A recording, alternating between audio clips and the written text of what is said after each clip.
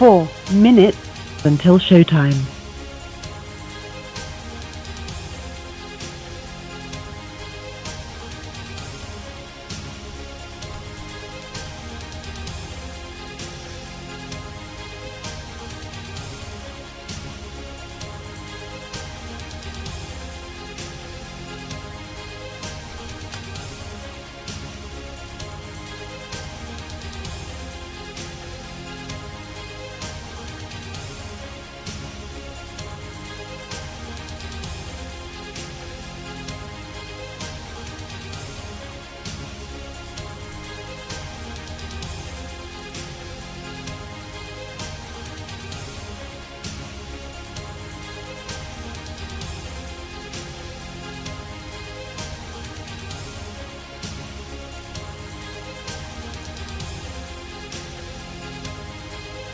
Three minutes until showtime.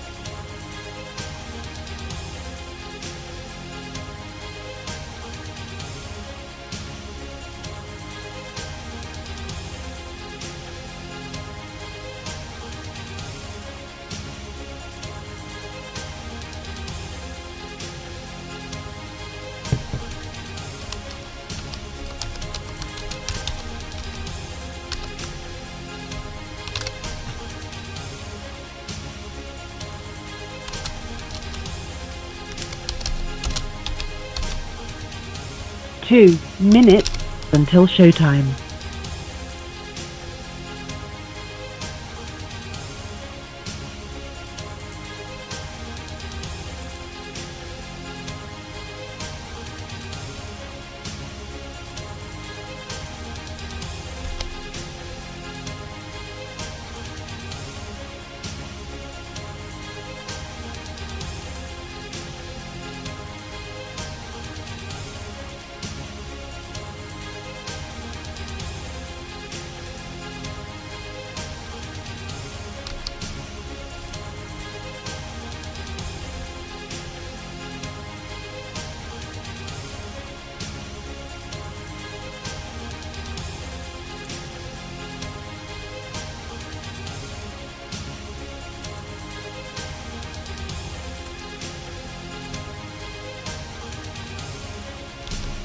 One minute until showtime.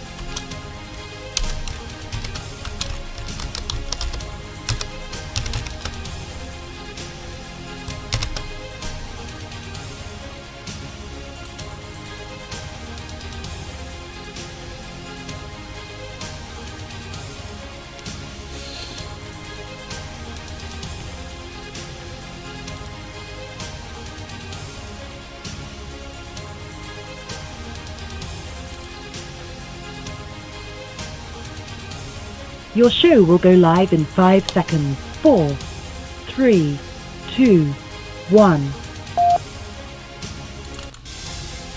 Blog Talk Radio. What you are going to hear or have heard are our opinions only and should not be taken as legal, medical, or any other advice. This is for entertainment purposes only. We are not responsible for what you do with these opinions.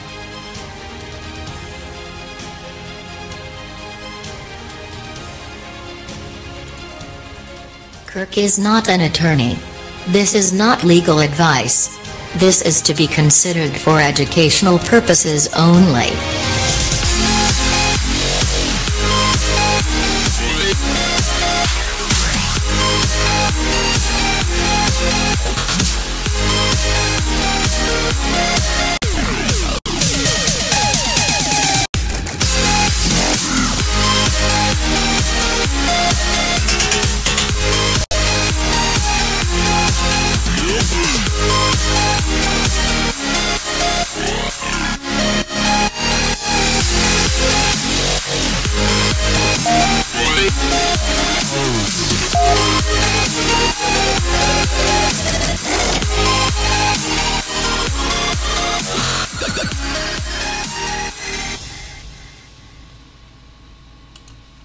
Kirk! Happy Monday! Oh. He can't hear me. Let's see what's happening here.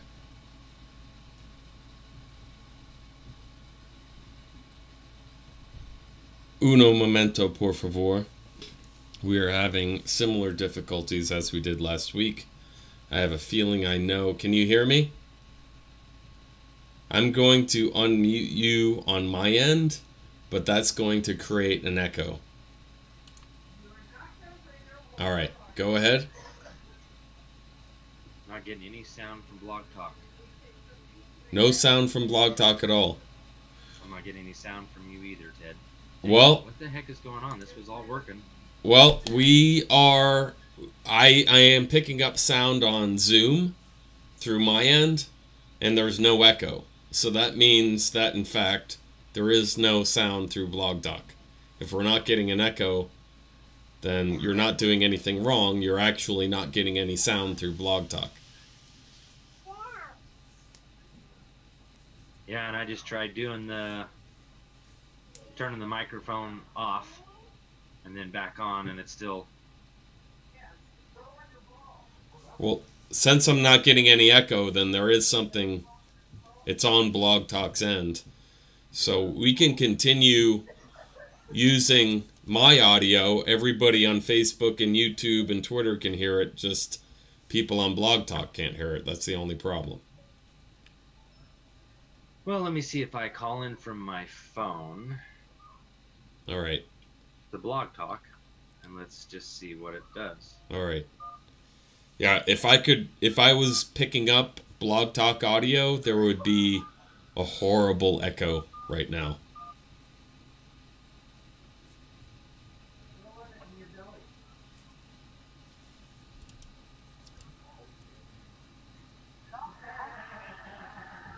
Oh, I'm starting to hear something.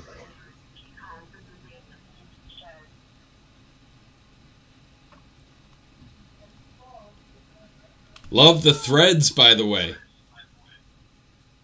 Thank you. Looking good, bro.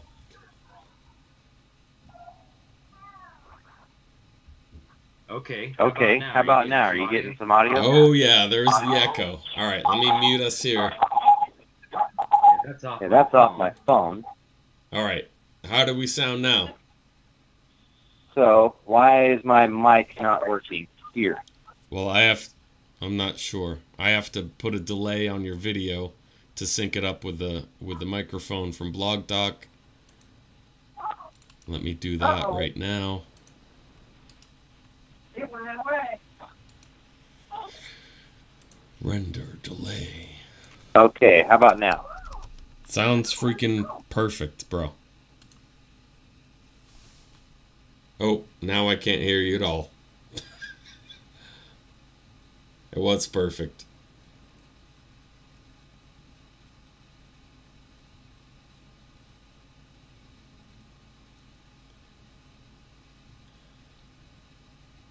If you're just tuning in, always some sort there, of technical issue here. Got it. It's weird. I can hear you. Yeah, that's just through my phone, though. Okay. I'm direct connect. Here is computer, so there is an issue that Jay knows, because Jay does the technical stuff through Blog Talk on the Far From Normal show, and he's had some issues with connecting either Blog Talk or Zoom before or after the other one, and having his mic shut off as well. So we were connected on Zoom first, Blog Talk second, and I think what's happening is Zoom took over your mic. It's one of those weird... But I don't have... Zoom's not on that laptop. I have two different laptops and my phone here. So why is that So happening? Zoom's running on one laptop, and Blog Talk is running on the other laptop. Two separate laptops. And the mic isn't working on the Blog Talk laptop. Yeah, I wasn't getting any sound from Blog Talk. All right. Well, these are... You know, the countdown or any of that. I was before I left, and then when I come back, it's not. So I'm going to check here. Okay. Real quick before we I may just have to proceed through the phone. Hardware and sound. Let's go. Where is...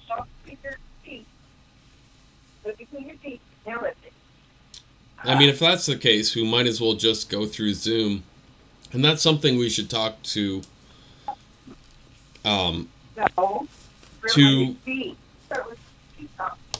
Future of Our Children Radio Network to see what we can do collaboratively about getting us great audio quality together instead of through Blog Talk. Okay, because my mic is picking up, so it's a Blog Talk issue.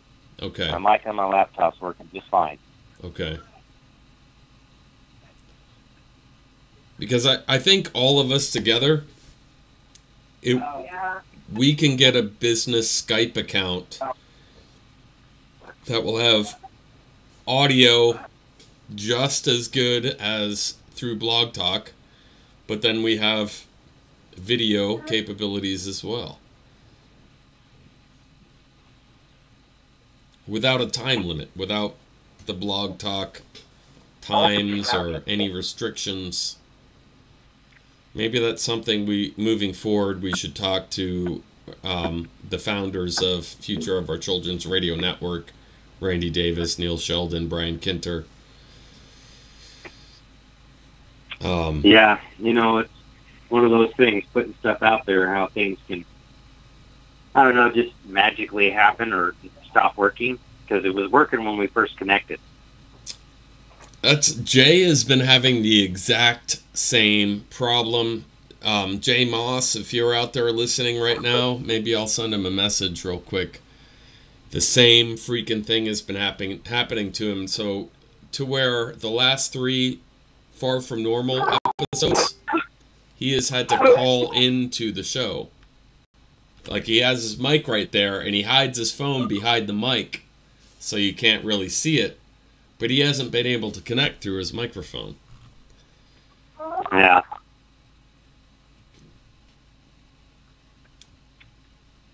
Okay, well, we'll start off with our sponsors, Brian Kinter, Neil Shelton, Randy Davis, Cheyenne Davis.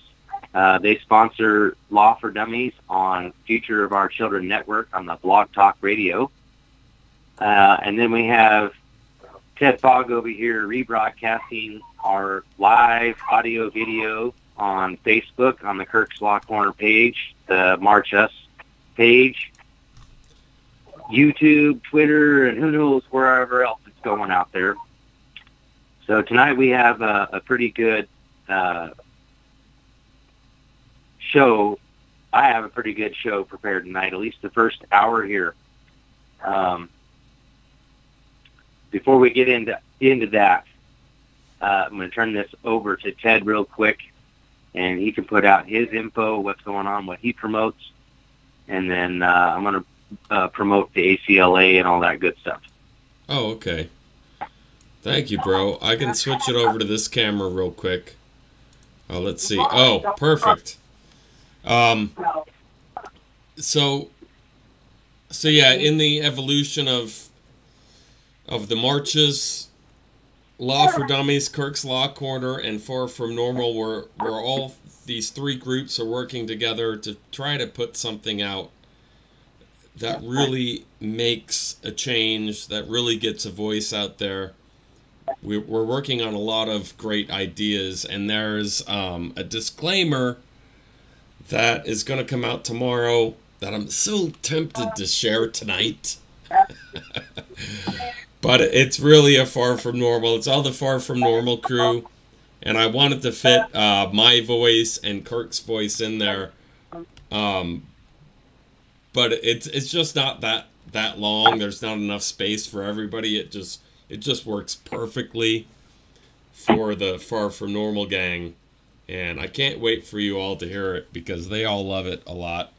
Also, the Far From Normal background changed. So you'll notice that tomorrow. But tonight, I know there's one guest calling in, Paul Raymond. If you're listening in, I asked you to call in, and he has some really basic to us, basic questions. I don't have all my lights on. I'm not completely set up to be live, but Paul Raymond, if you can hear me, please call in the show, and we can get kind of that direction really quick. And I'd love it if you would call in, because not only can you kind of reiterate what we're saying, but you can also translate it into Spanish, which to me I think is a huge deal. We can put out something that is informative to all of us, and at the same time you can give it to everybody in Spanish at the same time. I think that's really amazing. So maybe you're running a little bit late. Call in anytime you have a chance, and hopefully we can work around things and get you on ASAP. But you are listening to Law for Dummies from Kirk's Law Corner. I am super proud to be able to produce this show. And if you cannot see this, if you have any issues on Facebook watching this, you can watch it on the Marchus YouTube channel, or the Marchus Twitter channel, or the Marchus Twitch channel. If you are in Russia or Korea, you can also listen to it. I do not remember the address to those channels. Plus, I do not speak Russian or Korean, so it wouldn't help you anyways. So what are we looking at tonight, Kirk? Well, I'm going to put the plug in here for ACLA, American Common Law Academy, out here in Nampa, Idaho. Awesome. Lee Arthur Rice, he is the founder of that. And we have Tony Pellegrino, who is his associate there. We're all working together to help educate the people. And we actually, under the Sixth Amendment, you have the right to assistance of counsel of your choice. So we actually provide effective, well, I won't say effective, let's just say we provide you access to your right, to exercise your right to the assistance of counsel. So, we're an academy, so we do educate. We do law seminars. There's some specific things that we teach, such as living above the line and below the line. That's dealing with the 14th Amendment. If you actually read the 14th Amendment, it talks about how you're a citizen of the United States and a subject thereof, as well as a citizen of the states. So there's some things there that, it's not easy to just explain real quick, but what Tony goes with is living above the line and living below the line. So, when we do our seminars here, we have a little pamphlet. Actually, I have one from our last seminar right here that everybody can have, and we all we do is we take donations. So this is the part actually right there, the first page, living above the line and below the line. So I don't know if you can see that real well or not, but I can see. That's just part of the stuff that we teach. Things like this right here, affidavit of status. Okay. I was able to find that link to the DOJ complaint form, and I shared that on Wheel of Judiciary, and then and then that was shared. Wheel of Judiciary was shared on the main TFRM page. Thank you guys, that's awesome, because really now that we're sharing all three shows, that show is kind of an ad for all three shows. And I shared how to get to that complaint form on the show. I also have it myself, so if anybody wanted me to give it to them so they could write it out and then they could mail it in themselves, that's doable too. So, yeah, we do. We teach like the Bill of Rights, and one of the rights that are in the Bill of Rights is the Ninth Amendment. Okay, it's the enumeration in this or in the Constitution of certain rights shall not be construed to deny or disparage others retained by the people. Okay? Even though the Bill of Rights does lay out certain rights, that's actually not all of what that right really is, like the Second Amendment, which is exactly what I'm going over tonight. Okay? When we talk about rights, there's what's called succession of law. And here in this country, our succession of the law starts with the Magna Carta of 1215. Okay? And I posted 2 videos 2 weeks ago. I put in there that even our own Idaho statute, which specifically says the common law of England is still in full force and effect so long as it's not repugnant to the Constitution. Okay? So the Magna Carta is still valid, full force and effect today. Some of our rights come from the Magna Carta. Okay? Now, through succession of law, and what I'm talking about is rights as law, not necessarily the government part, but rights as law that has been laid down, ordained, and established as law. We, the people, do that. We lay down and ordain and establish law. Okay? So, what I call lineage, and if you read the Constitution in Article 7, it says everything blah, blah, blah, blah, blah that came before this Constitution shall be in full force and effect in accordance with the Confederation. And then everything before the Confederation, blah, blah, blah, blah, blah. So we have what's called succession of law, the lineage. And so that's a lot of what I like to teach is what your rights are, where do they actually come from in law, and how to effectively defend those rights. So when you have a situation when you're in court and you want to claim a right, you can go through the lineage of law and find out how it's actually laid out, ordained, and established as law, what that right actually is. Okay? And it's called judicial notice.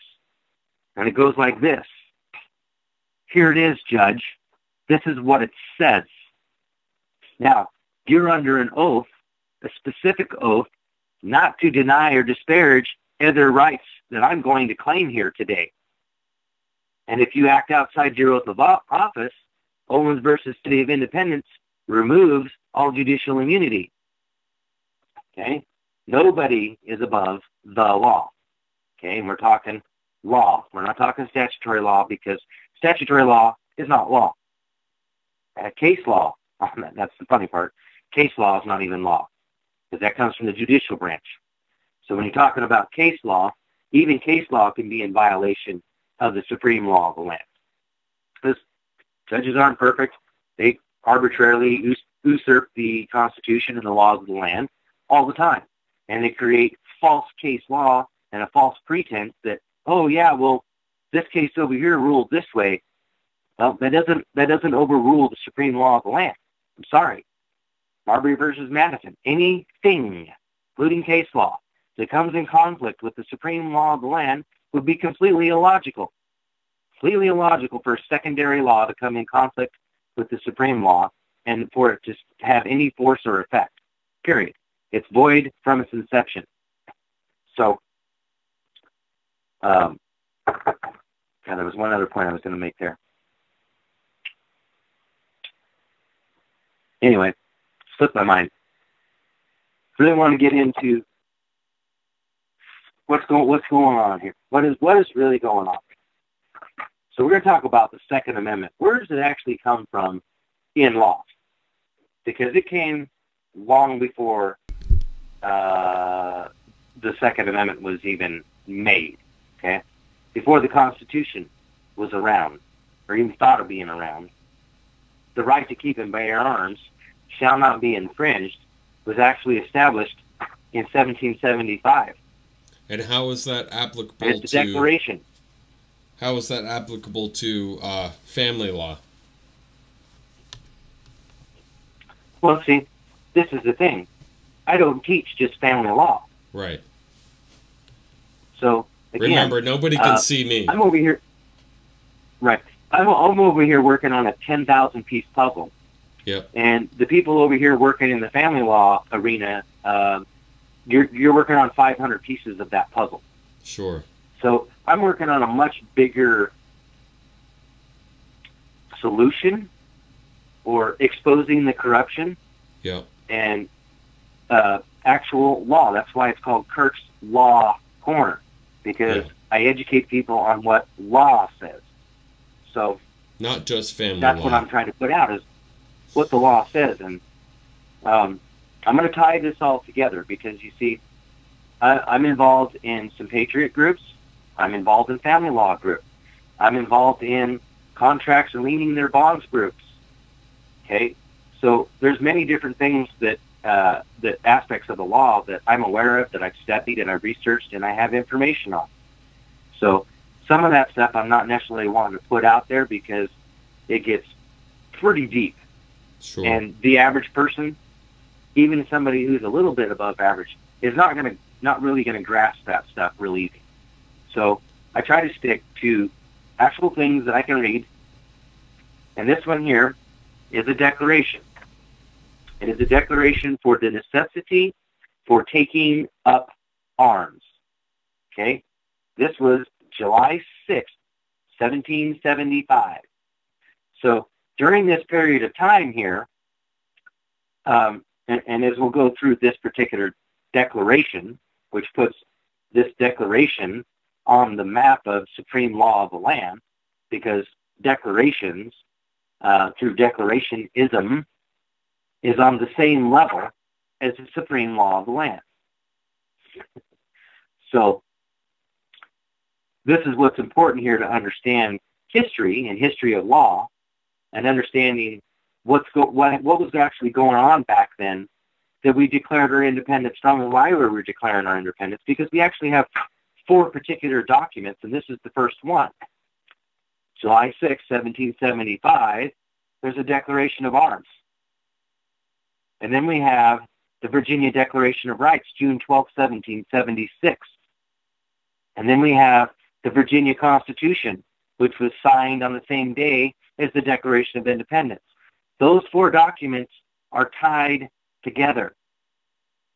Okay? That's part of our lineage of law. And this is where the Second Amendment is actually established in law. Okay, the necessity for taking up arms. A declaration setting forth the causes and necessity of their taking up arms held out a hope of reconciliation with Britain, but at the same time approved the use of armed resistance to obtain recognition of the rights of the colonists. Okay? Our original settlement here was in 1609, Jamestown, Virginia. The final draft of the Declaration was the work of Thomas Jefferson and John Dixon, approved by the Second Continental Congress on July 6, 1775. The Declaration disavowed all thoughts of independence.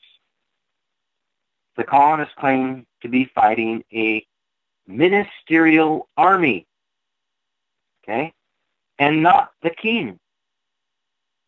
So when we talk about the deep state, you know, what's going on out there right now, the deep state, this is what they're talking about. They're indicating that they're fighting some ministerial army, and it's not the king. In 1775, who they felt had been misled by evil counselors. The Americans promised to lay down their arms when the liberties they claimed as a birthright have been secured. Have our rights been secured today? This declaration is still in full force and effect, folks. Now that's just the little talk here, and I'm going to tell you again, show you what this is from. This is called The Annals of America. Okay, this is volume 2, 1755 through 1783. This is Resistance and Revolution. Now I'm going to start the actual declaration.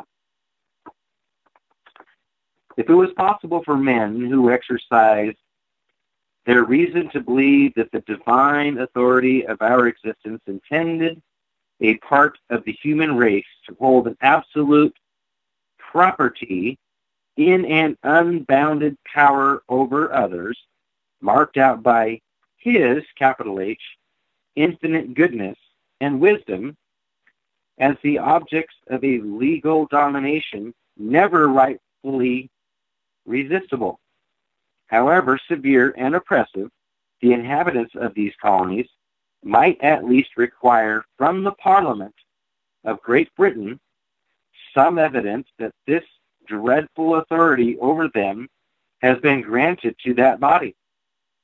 But a reverence for our great Creator, principles of humanity, and the dictates of common sense must convince all those who reflect upon these subjects that government was instituted to promote the welfare in mankind and ought to be administered for the attainment of that end. Again, this is 1775. The legislature of Great Britain, however, stimulated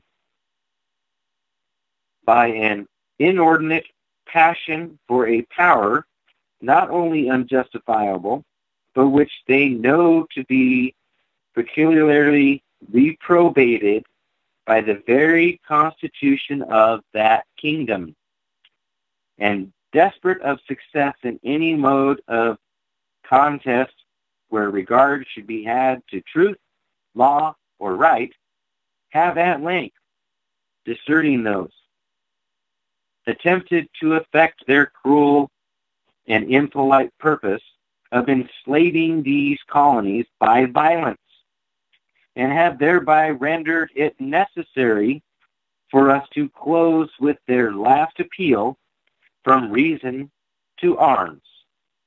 Yet, however blinded that assembly may be by their intemperate rage for unlimited domination, so to slight justice in the opinion of mankind, we esteem ourselves bound by obligation of the respect to the rest of the world to make known the justice of our cause.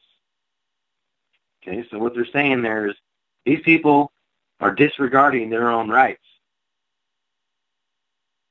And we'll get further into this here, and you'll see what was actually going on here. Our forefathers, inhabitants of the island of Great Britain, left their native land to seek on these shores a residence for civil and religious freedom. Y'all get that? They left the island of Great Britain for civil and religious freedom in 1609. At the expense of their blood, at the hazard of their fortunes, without the least charge to the country from which they removed, by unceasing labor and an unconquerable spirit, they effected settlements in the distant and inhospitable wilds of America, then filled with numerous and warlike nations of barbarians. Societies or governments vested with perfect legislatures were formed under charters from the crown, and a harmonious intercourse was established between the colonies and the kingdom from which they derived their origin. The mutual benefits of this union became in a short time so extraordinarily and so to excite astonishment. It is universally confessed that the amazing increase of now listen to this, it is universally confessed that the amazing increase of the wealth, strength, and navigation of the realm arose from this source. Okay? From over here. And the minister who so wisely and successfully directed the measures of Great Britain in the late war publicly declared that these colonies enabled her to triumph over her enemies. So because of our wealth, strength, and navigation of the realm, which arose from this source of them being here, we aided Great Britain in defeating whatever war that was going on over there at the time from this ministerial force. In 1775. Toward the conclusion of that war, it pleased our sovereign to make a change in his counsels. From that fatal moment, right there, as soon as they decided to change their counsels, okay,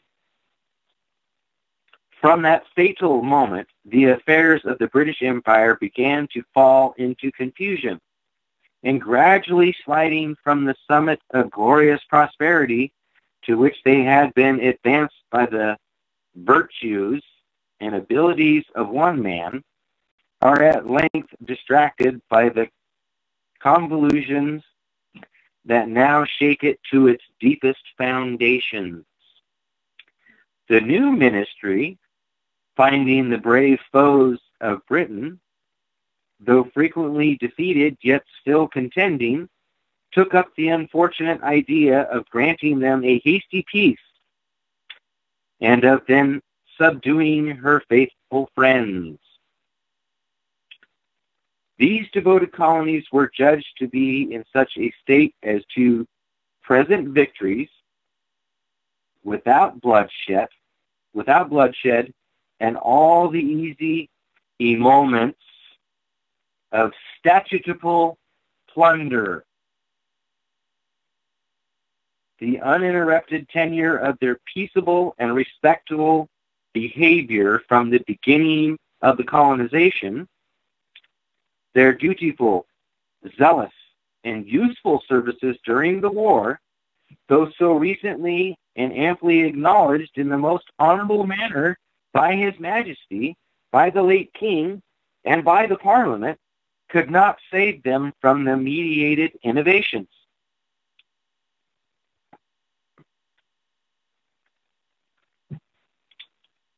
Parliament was influenced to adopt the Pernicious Project. And I actually need to do some research on that, find out what the hell this Pernicious Project, and assuming a new power over them. So what power was it that overtook Great Britain? England? Thinking so.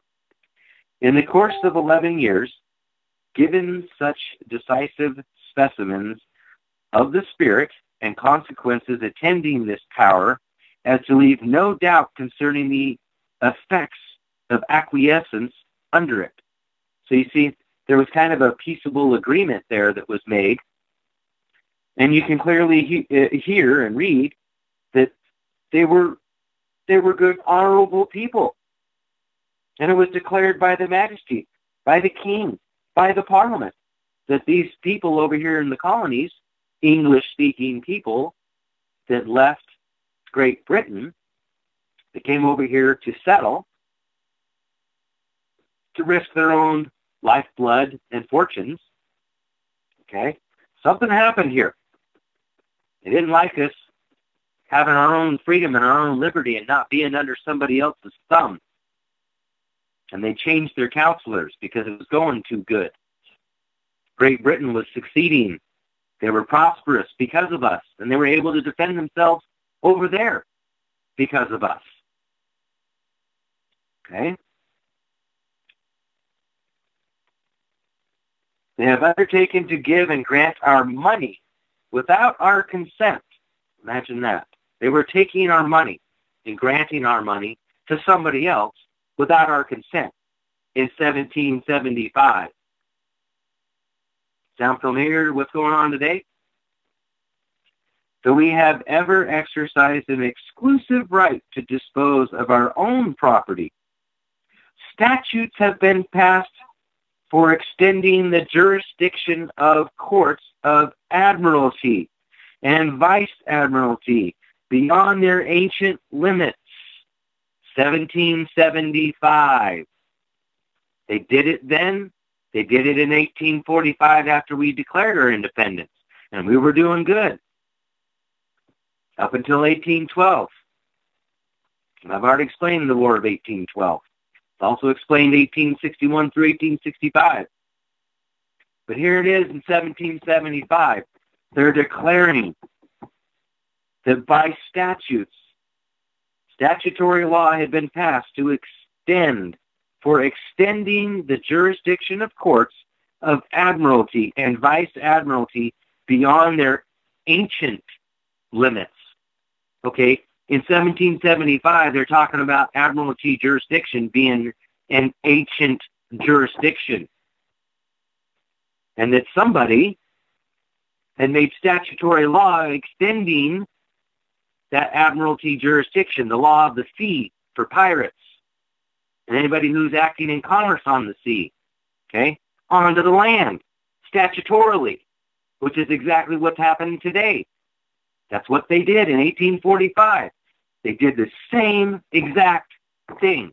Congress enacted an act to extend the admiralty jurisdiction onto the land in 1845. Same exact thing.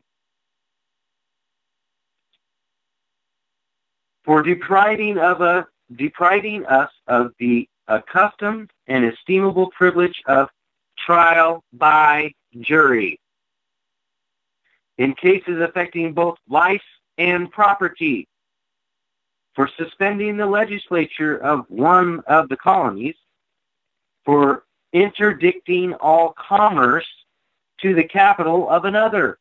That's again, we have the right to contract our labor how we see fit. But this is in 1775. This is what they're taking up arms against. Okay? This is the declaration of arms for the necessity to take up arms. And it's also listed in the Declaration of Independence. That's why these 4 documents are so crucial, because they're all at the same time period. This is the cause of action. And for altering fundamentally the form of government established by charter and secured by acts of its own legislature, solemnly confirmed by the Crown. Okay, 1775. For exempting the murderers of colonists from legal trial and, in effect, from punishment. What are we talking about today? Them granting themselves immunity from coming in and murdering people and going, well, we're not going to charge him. We're not going to send him to trial. We investigated and, well, we didn't find any fault, so we're not going to punish them. 1775, the same thing. Okay?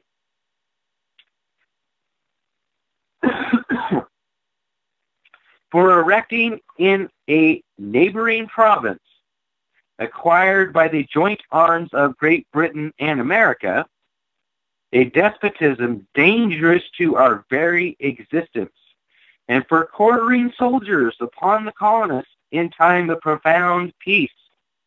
Some of this stuff's going to sound pretty familiar in our Constitution, because it's right there. That's the Third Amendment to the Bill of Rights. No quartering of soldiers during time of peace. But yet, here they are doing it again. They're not necessarily coming into your homes and staying in your home, but they're creating municipal police departments. They're in your neighborhood. Those are standing armies. Those are prohibited by Constitution, by law. They're unconstitutional. We're not supposed to have standing armies longer than 2 years, and none while we're in peace.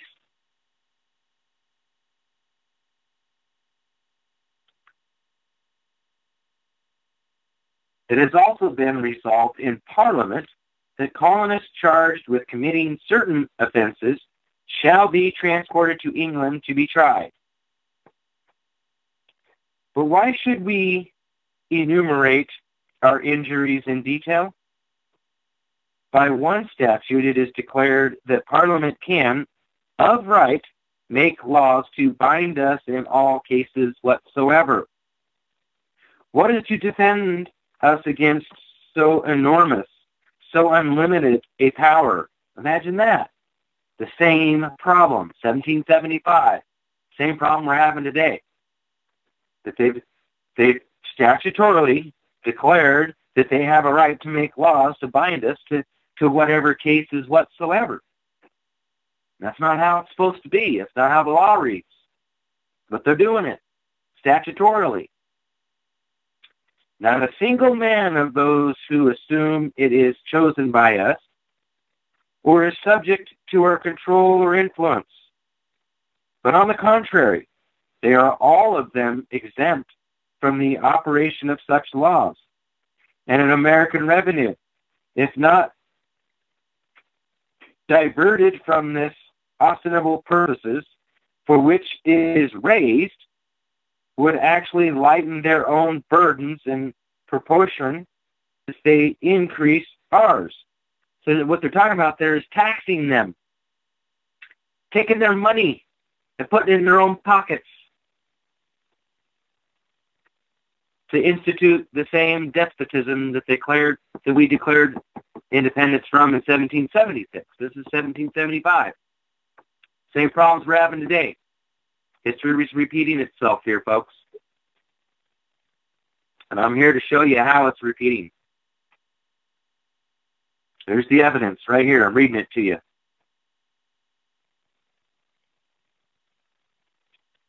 We saw the misery to which such despotism would reduce us. We for 10 years increasingly and ineffectually besieged the throne as supplicants. We reasoned, remonstrated with Parliament, whatever that. Remonstrated with Parliament in the most mild and decent language. In other words, they pleaded with them. They gave them notice, redressed the crown for grievances in a polite manner. Okay? They tried. They tried talking to them. Said, hey, this is what's going on over here.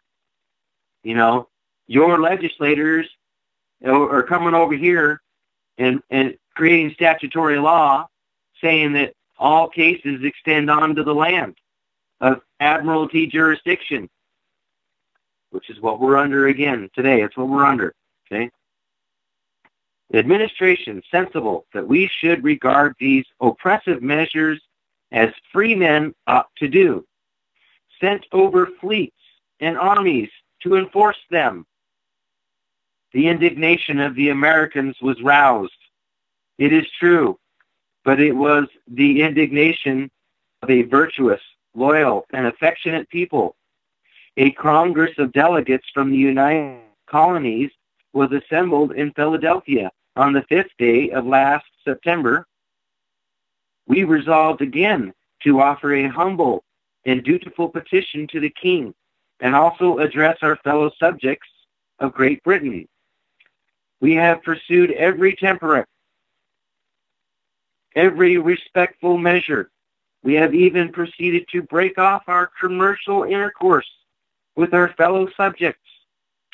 As the last peaceable admonition, I know how to say that when I just can't say it. Now I lost this thought. Admonition, anyway. That our attachment to nation upon earth should supplant our attachment to liberty. This, we flattered ourselves, was the ultimate step of the controversy. But subsequent events have shown how vain was this hope of finding moderation in our enemies. So they pleaded with the enemies. They were cordial and nice, and you know, that's the kind of people that were here back then. And, you know, this also gets into, you know, how we weren't the ones that killed all the Indians over here. I'm going to get into that. It's here. We're getting close. This is where it starts to get good here in about another couple paragraphs. And there's not a whole lot left. Now I got another page and a half here. Several threatening expressions against the colonies were inserted into His Majesty's speech. Our petition, So we were told it was a decent one, and that His Majesty had been pleased to receive it graciously, and to promise laying it before Parliament. Was huddled into both houses among a bundle of American papers, and there neglected. So all the paperwork that was supposed to be filed was set to the side, was kicked to the curb, wasn't even paid attention to. It was completely neglected. The Lords and Commons, in their address in the month of February, said that a rebellion at that time actually existed in the province of Massachusetts Bay, and that those concerned in it had been countenanced and encouraged by unlawful combinations and engagements entered into by His Majesty's subjects in several of the other colonies. And therefore, they besought His Majesty that he would take the most effectual measures to enforce due obedience to the laws and authority of the Supreme Legislature. Again, sounds like they're flexing their muscles there and saying, well, you will obey. You will obey us because we're the Supreme Legislature. Soon after, the commercial intercourse of whole colonies with foreign countries and with each other was cut off by an act of Parliament. So the Parliament cut them off. By another, several of them were entirely prohibited from the fisheries in the seas near their coasts, on which they always depend for their subsistence. And large reinforcements of ships and troops were immediately sent over to General Gage. Now this guy, General Gage, an instigator from the Parliament. Fruitless were all the entreaties, arguments, and eloquence of an illustrious band of the most distinguished peers and commoners, who nobly and strenuously asserted the justice of our cause to stay, or even to mitigate, the heedless fury with which these accumulated and unexampled outrages were hurried on. Equally fruitless was the interference of the city of London, of Bristol, and many other respectable towns in our favor. Parliament adopted an insidious maneuver calculated to divide us. Now listen closely. To establish a perpetual auction of taxations where colony should bid against colony. All of them uniformed what ransom would redeem their lives, and thus to extort from us at the point of a bayonet the unknown sums that should be sufficient to gratify, if possible to gratify, ministerial rapacity. With the miserable indulgence left to us of raising, in our own mode, the prescribed tribute. What terms more rigid and humiliating could have been dictated by remorseless victors to conquered enemies? In our circumstances, to accept them would be to deserve them. Soon after intelligence of these proceedings arrived on this continent, General Gage, it's hard to see, it's a G or a C, who in the course of the last year had taken possession of the town of Boston in the province of Massachusetts Bay and still occupied it as a garrison. Excuse me. On the 19th day of April, sent out from that place a large detachment of his army, who made an unprovoked assault on the inhabitants of the said province, at the town of Lexington. You might know that one. Battle of Lexington, as appears by the affidavits of the great numbers of persons. We all understand that right there? As appears by the affidavits of great number of persons, some of whom were officers and soldiers of that detachment, murdered 8 of the inhabitants and wounded many others. From thence the troops proceeded in warlike array to the town of Concord, where they set up another party of the inhabitants of the same province, killing several and wounding more, until compelled to retreat by the country people suddenly assembled. Right? They suddenly assembled to repel this cruel aggression. These people that are coming out and killing these people and wounding these people, they suddenly assembled to repel this. Hostilities thus commenced by the British troops have been since prosecuted by them without regard to faith or reputation. The inhabitants of Boston being confined within that town by the general, their governor, and having, in order to procure their dismission, entered into a treaty with him. Here we go, listen to this. It was stipulated that the said inhabitants, having deposited their arms with their own magistrates, should have liberty to depart, taking with them their other effects. So there was a treaty made to give up their arms and have peace and liberty.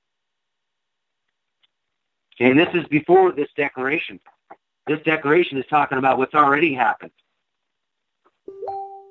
Again, an affidavit of truth, declaration, that's a protest. A written declaration declaring a moral wrong that has happened or is about to happen. That's a protest. That's a declaration. That's what I'm reading right now, is a declaration.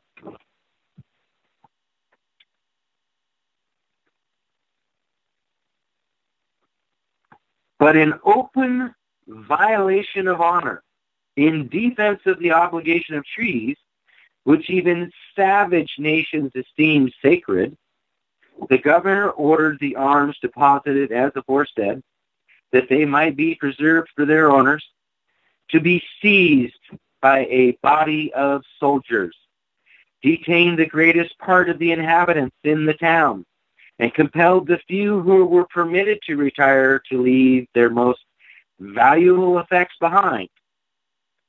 By this perfidy, wives are separated from their husbands, children from their parents, the aged and the sick from their relations and friends who wish to attend and comfort them, and those who have been used to live in plenty and even elegance are reduced to deplorable distress. This is in 1775, folks. That's what they're doing to us today. Let me read that again to you. By this perfidy, this is where they gave up their arms by treaty and were expecting peace and liberty and freedom to go back to their stuff and collect all of their things, okay? Wives are separated from their husbands, children from their parents, the aged and the sick from their relations and friends who wish to attend and comfort them, and those who have been used to live in plenty and even elegance are reduced to deplorable distress. Isn't that what's going on today? Those of you in the family law stuff, you know exactly what I'm talking about. Okay?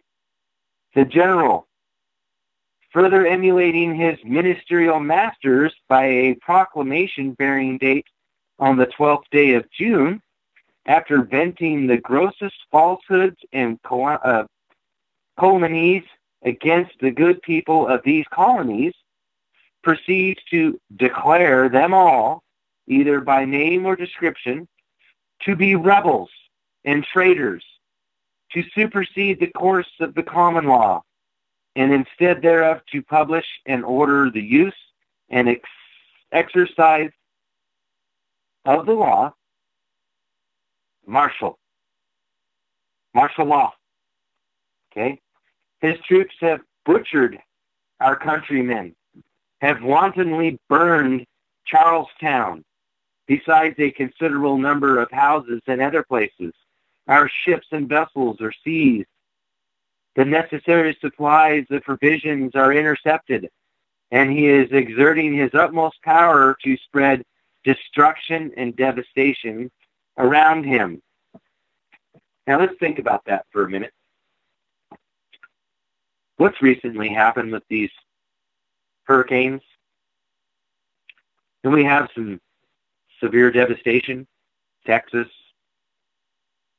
Florida, the lower states there in the East Coast and lower states. What's actually going on there? Do you think that just happened naturally? If you think those hurricanes happen naturally, there's a few things out there I want you to go research, and it's called HAARP. And there's something else out there as well. And I can't remember the exact terminology of it, so I'll have to put that out there at another time. But it's a device. It's a machine. And it's a pretty scary machine. Yeah, our weather is controlled, folks. And then look at California all on fire. How'd that happen? Yeah, some hunter caught all that on fire. I'm not buying it, folks. I'm not that stupid. I know what's going on. And I'm here trying to help educate you.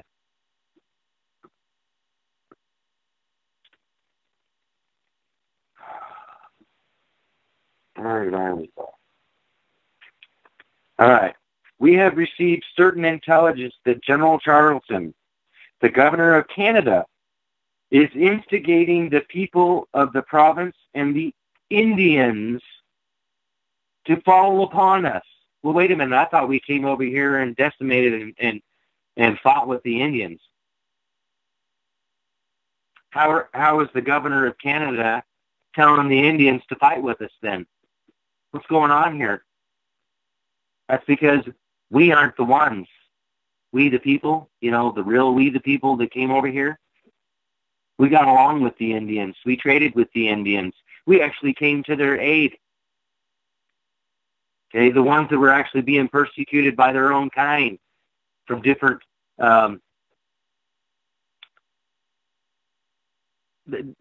groups or clans or whatever, tribes, pardon me.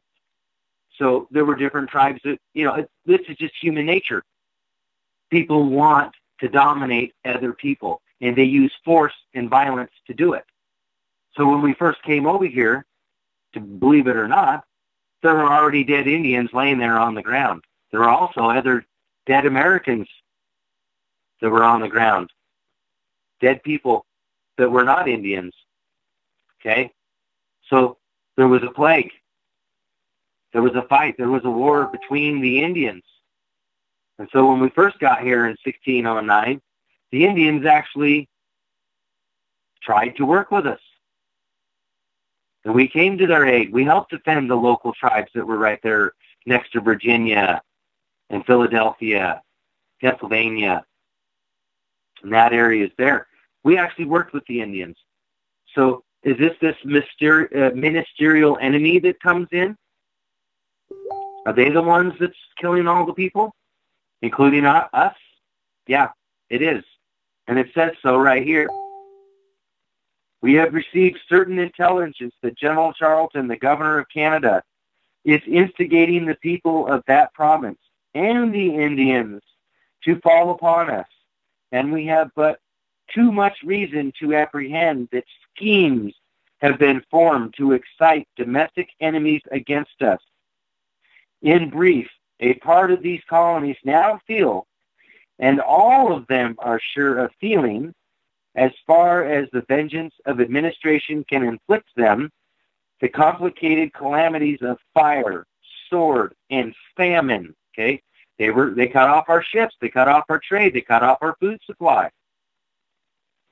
We are reduced to the alternative of choosing and unconditional submission to the tyranny of irritated ministers, or resistance by force.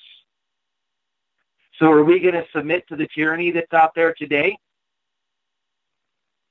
Or are we going to start resisting by force?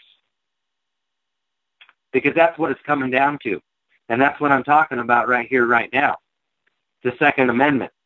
What the Second Amendment is about comes from this declaration of arms. I'm almost done here. There's some more really good parts here. The latter is our choice. The latter being taking up arms and resistance by force, because you leave us no choice. We're not going to continue to submit to your frickin' tyranny. We're tired of it. The latter is our choice. We have counted the cost of this contest and find nothing so dreadful as voluntarily slavery. Honor, justice, and humanity forbid us tamely to surrender that freedom which we received from our gallant ancestors, and which our innocent posterity have a right to receive from us. We cannot endure the infamy and guilt of resigning succeeding generations to that wretchedness which inevitably awaits them if we basely entail hereditary bondage upon them. We are the last standing people in all of the world. We are the heaviest armed people in the world. We're the only ones left, people. We have the right to keep and bear arms, and that right shall not be infringed for this reason right here. Because of tyranny, oppression, for bringing in and extending admiralty jurisdiction to all cases whatsoever, which is unlawful. It's unlawful by our own Constitution. But they use Article 1. Oh, well, the legislature in Article 3, it says the legislature from time to time can make inferior courts. Right. But it's for suits at law and suits of equity. That's the only two jurisdiction on the land. So, yeah, while the legislature, Congress, has the power to make these inferior courts from time to time, they still have to stick to the delegation of authority in the Constitution. The contract itself dictates you can't extend admiralty jurisdiction onto the land. We've already been through this once before. So we know exactly what we're talking about when we say suits at law and suits of equity. That's it. And if you're going to talk about an inferior court, inferior to what? To the Supreme Court. So it has to be the same kind of court. Follows the same rules, follows the same law. Okay? One Supreme Court. And such inferior courts as the legislature from time to time may ordain and establish. Okay? One Supreme Court. The same court.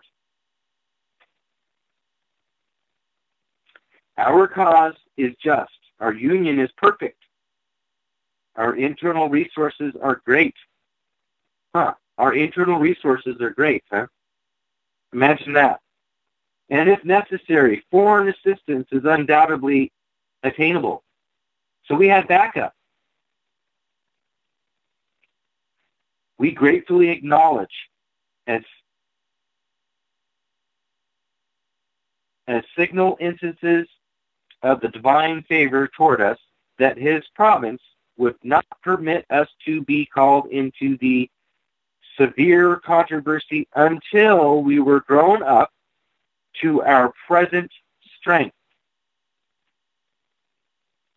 had been previously exercised in warlike operations, and possessed of the means of defending ourselves, with hearts fortified with these animating reflections, we most solemnly, before God and the world, declare that, exerting the utmost energy of those powers which our beneficent Creator has graciously bestowed upon us, the arms we have been compelled by our enemies to assume, we will, in defiance of every hazard, with unabating firmness and perseverance, employ for the preservation of our liberties, being with one mind resolved to die free men rather than live slaves. 1775, folks.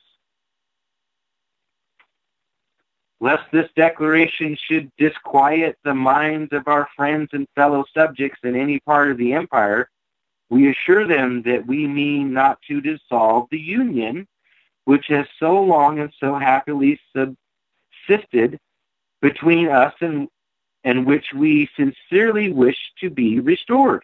So again, even here, they're still pleading with Great Britain that, we don't want to dissolve this, but, we're done. We're done with the tyranny and we're taking up arms. Okay? Necessity has not yet driven us into that desperate measure or induced us to excite any other nation to war against them. We have not raised armies with ambitious designs of separating from Great Britain and establishing independent states. We fight not for glory or for conquest. We exhibit to mankind the remarkable spectacle of a people attacked by unprovoked enemies without any imputation or any suspicion of offense. They boast of their privileges in civilization, and yet proffer no milder conditions than servitude or death. In our own native land, in defense of the freedom that is our birthright, and which we ever enjoyed till the late violation of it, for the protection of our property, acquired solely by the honest industry of our forefathers and ourselves, against violence actually offered. We have taken up arms. We shall lay them down when hostilities shall cease on the part of the aggressors, and all danger of their being renewed shall be removed and not before. Y'all understand that right there? And not before. That's why the Second Amendment says, shall not be infringed. With a humble confidence in the mercies of the supreme and impartial judge and the ruler of the universe, talking about God, we most devoutly implore his divine goodness to protect us happily through this great conflict, to dispose our adversaries to reconciliation on reasonable terms, and thereby to relieve the empire from the calamities of civil war. Again, make it another plea. Come on, guys. Don't force us to do this. We're tired of it, and you need to stop.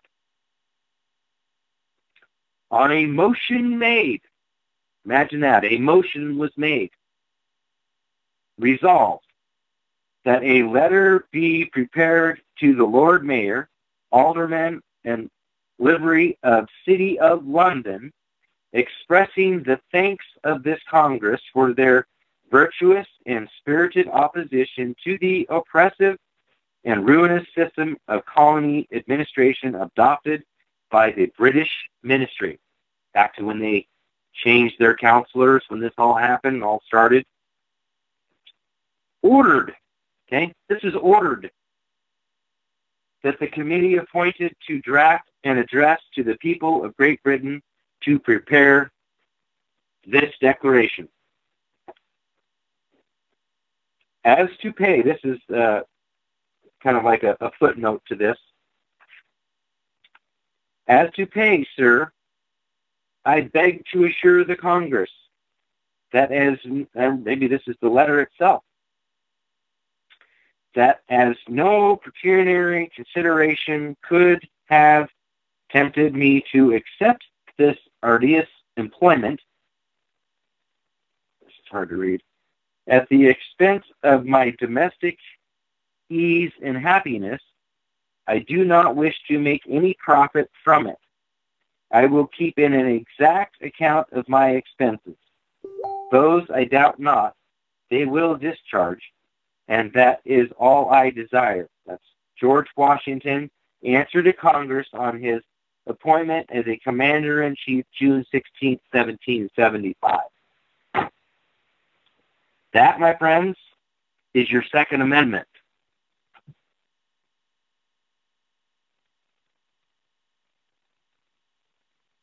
And it's not supposed to be, we're not supposed to lay down arms. We already fell for that once.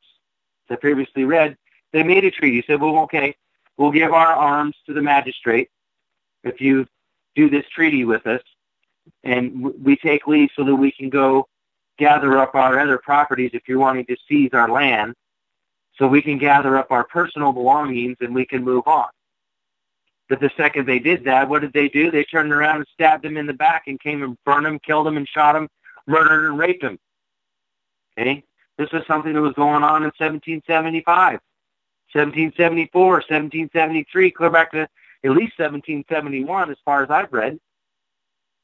I keep reading more and more and more, and I find more and more stuff. So I can tell you right now, it's the same thing. It's the same people. It's the same stuff that's happening today that I just read to you from 1775. The same exact stuff. They may call it different. They act like they have the proper delegation of authority. Well, my policy says, sorry, your policy is not law, and neither is statutory law. Okay, rights can't be put to a vote, and we can't delegate an authority to the legislative branch that we don't possess ourselves first. Do I have the power to make a law that says, hey, I can come onto your property and kick in your door and take your kids from you? Or I can come out onto your property and I can seize your property and take your cattle and kill your cattle.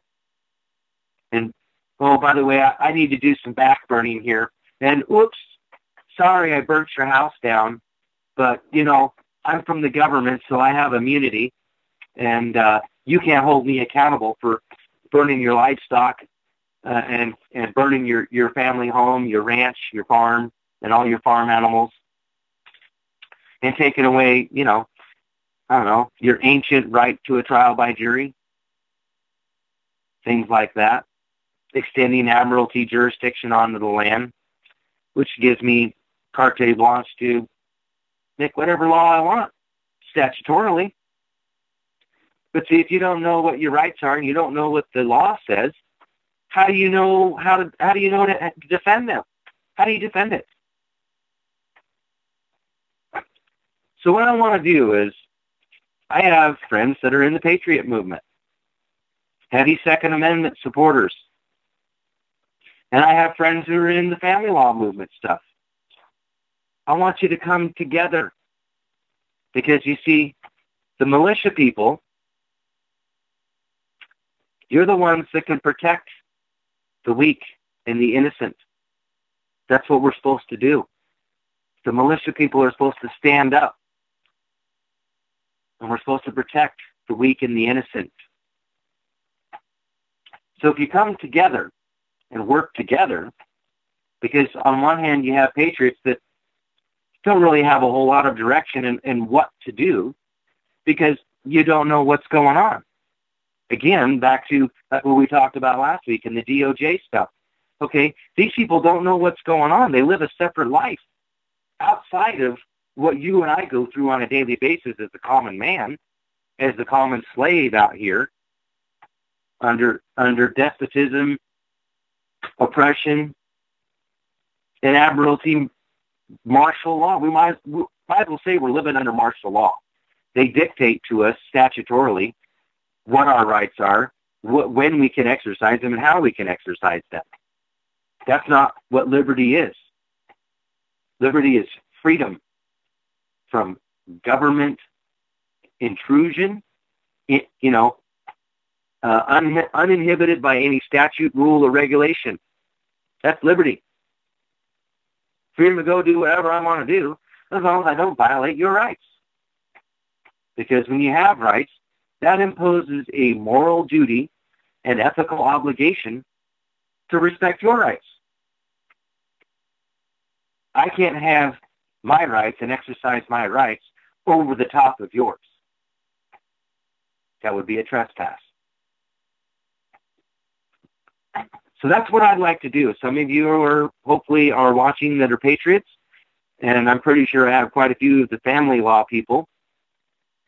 I want you to start looking for your militia-type people in your area and start working together with them, educating them. I did ask if a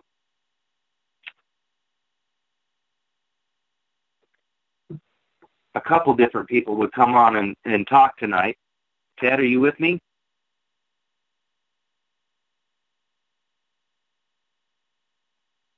Did you fall asleep on me over there, Ted? All right. I have Crystal on. I see you. I'm going to bring Crystal on just real quick. Hey, hi, how are you guys tonight? Hello, how are you tonight? I'm good. Jackpot, Nevada was a little cold over the weekend. So I'm sure you guys were cold up in today. Boise. So a few hours north of where we were the other night.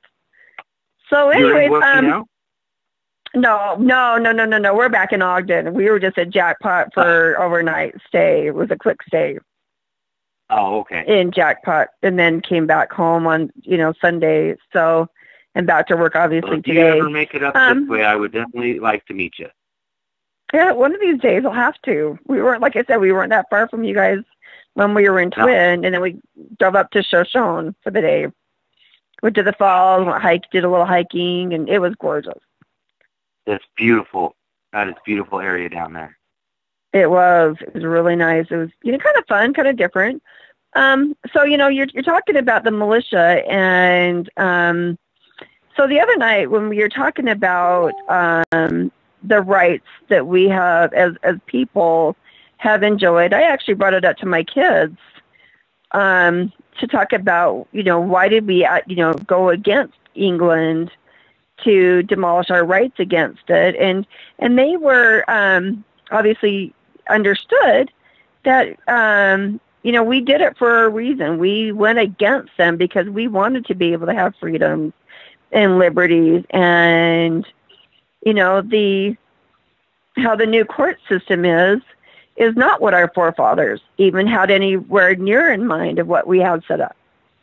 A few years ago, we had these big militia groups who were coming out against, gun rights and all this, and now you don't hear anything from them anymore. So I don't know if we've just gotten complacent or people give up on. No. No. So there's a lot going on still over here. We have people in prison still right now for exactly what I was just talking about. We had BLM come in on the Bundy Ranch. Okay, this property's been in their family for over 100 years. Right. Okay, their grandfathered in, and people like, their cattle's destroying the land and blah, blah. No. People don't understand how ranching works. The cattle actually goes in and grazes, which actually makes the land prosperous and keeps it going. And then the water rights that are there are theirs. But then you have they own them. Bureau, and what I mean by BLM is Bureau of Land Management, the unconstitutionally created agency by the federal government. Nowhere, show me in the Constitution where there's a delegation of authority to create that agency. There doesn't isn't exist. One. It doesn't exist. Same thing with the and FBI. now there is an agency to create the CIA, the NSA, all of that. Those are all the alphabet soup agencies are unlawful, unconstitutionally created. Again, here we go, back to 1845, extending admiralty jurisdiction onto the land and creating statutory law that says that they can do this. That's Right. not lawful. Correct. So we have people in prison down in Nevada that a few of them, after a second trial by jury, were finally completely acquitted. So there's 2 of those on Tier 3 that are left. They're getting ready to go back to trial for a third time. But what does the Constitution say about double jeopardy? You can only be tried once. Right. And once And you're no found not trial by guilty, jury can be heard in any other court. right. Unless you go Right, to and the I appellate mean, court and res you get a trial de judicata- novo because of errors and Right. mistakes, Right. violations of the law. Right. And then res judicata, I mean, would be basically the same thing, which a lot of people don't understand when it comes to civil rights, is you can only be tried once for a crime, just like you could in under the double jeopardy. And a lot of people, the other thing, and then the other part that a lot of people don't understand is, oh my gosh, what was I just going to say? I can't remember. No, anyways, but just res judicata has a lot of it. I know that under the Fifth Amendment, a lot of people will go in and give up their rights to testify against themselves when they say things like, oh, we want an eval done, or we want this done, or we want this done. They give up those rights under the Fifth Amendment to have security. I mean, there's a reason why these laws were created, and yet our government and people in the government figure out ways to go around them, because unfortunately, once you like a CPS case where it says, okay, you will give you back your kids if you do this. Well, as soon as you do if you do this, you violated your Fifth Amendment rights, and therefore you can't go back and prosecute them for unlawfully, violating your civil rights. Well, see, here's the problem with that. When we were talking about fundamental rights, they have nothing to do with the establishment, support, or management of the government. Right. Legislature can't legislate anything about those rights. And not only that, those are self-evident, unalienable, or unalienable rights, which means they can't be bought, sold, traded, given away, or even given away. Right. Okay? Correct. And you can't even sign them away because they come from God. And that's the thing that people need to understand about our law and the way it reads. That's the reason why it reads the way it reads, is so that no man can touch them. No legislature, no executive branch, and not even the judicial branch can make case law that would change or deny or disparage those rights. Yep, your Fifth Amendment rights are what they are. They're If you're a human being, these are fundamental rights, just like 2 + 2 equals 4. There ain't nobody out there that can change that. Well, it's just like under the 14th Amendment, it very clearly says you have the right to life, liberty, and whatever, unless under due process of law, those are taken away from you. Right. And people just don't understand. Except by the law of the land. What is the law of the land? The Constitution. They're basically, that's the law of the land. And the law of the land is basically, Clause 2 says, the judges in every state shall be bound thereby. And if anything in the Constitution or the laws of a state to the contrary are not withstanding. That means notwithstanding in law. They have no force. They are void from its inception. Marbury versus Madison. Done. Deal. Right. See, and I don't know how many people really understand Marbury, because that's one thing we talked about last week was Marbury versus Madison. And a lot of people, I don't know how many people, that's why when I called in last week, I wanted you to explain it down a little bit further than what you were doing when it just says the law of the land that also had to do with exculpatory evidence. Yeah. And people just are still, my case is a well-defined case of exculpatory evidence. Chattel is a good way to talk about a lot of my case, where they're talking about okay, so chattel is a word, it's like a possession. So when you're talking about property, correct, a possession, a property, an item, right? So your kids are not chattel. No. See, we have to understand the word property. Right. Property a chattel is more of a possession or a right, a property, you live in your house, your right. No. See, you've been brainwashed too. Okay. My rights are my property. Correct. So they would be your rights chattel. Are my property. Correct. What you're talking about is real property or personal property. In the law, when we're talking about property is rights. What you're entitled to doesn't necessarily mean it's an inanimate object. Right. And a lot of people, what I was going to go with was on this one is where, basically at the age of 18, you are no longer somebody's chattel, is what I was going to say, as a child. So, once a child becomes as of 18, they are no longer considered chattel or a possession of yours or a right of yours.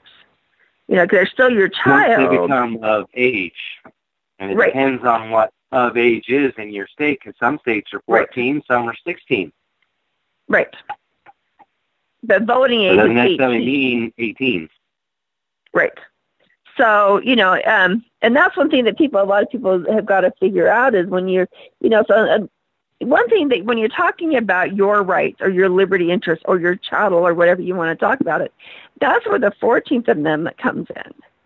That you have the rights to life, liberty, and property under the 14th Amendment. I know, and I'm trying, and I'm sorry, it has been a long 2 weeks of overtime. But a lot of people don't understand that your children are still chattel until they become the legal age. Mm-hmm. So when you are talking like in a with custody issues, or when they talk about violating your civil rights, okay, that is also violating the 14th Amendment, okay, which is your. But see, that's the thing.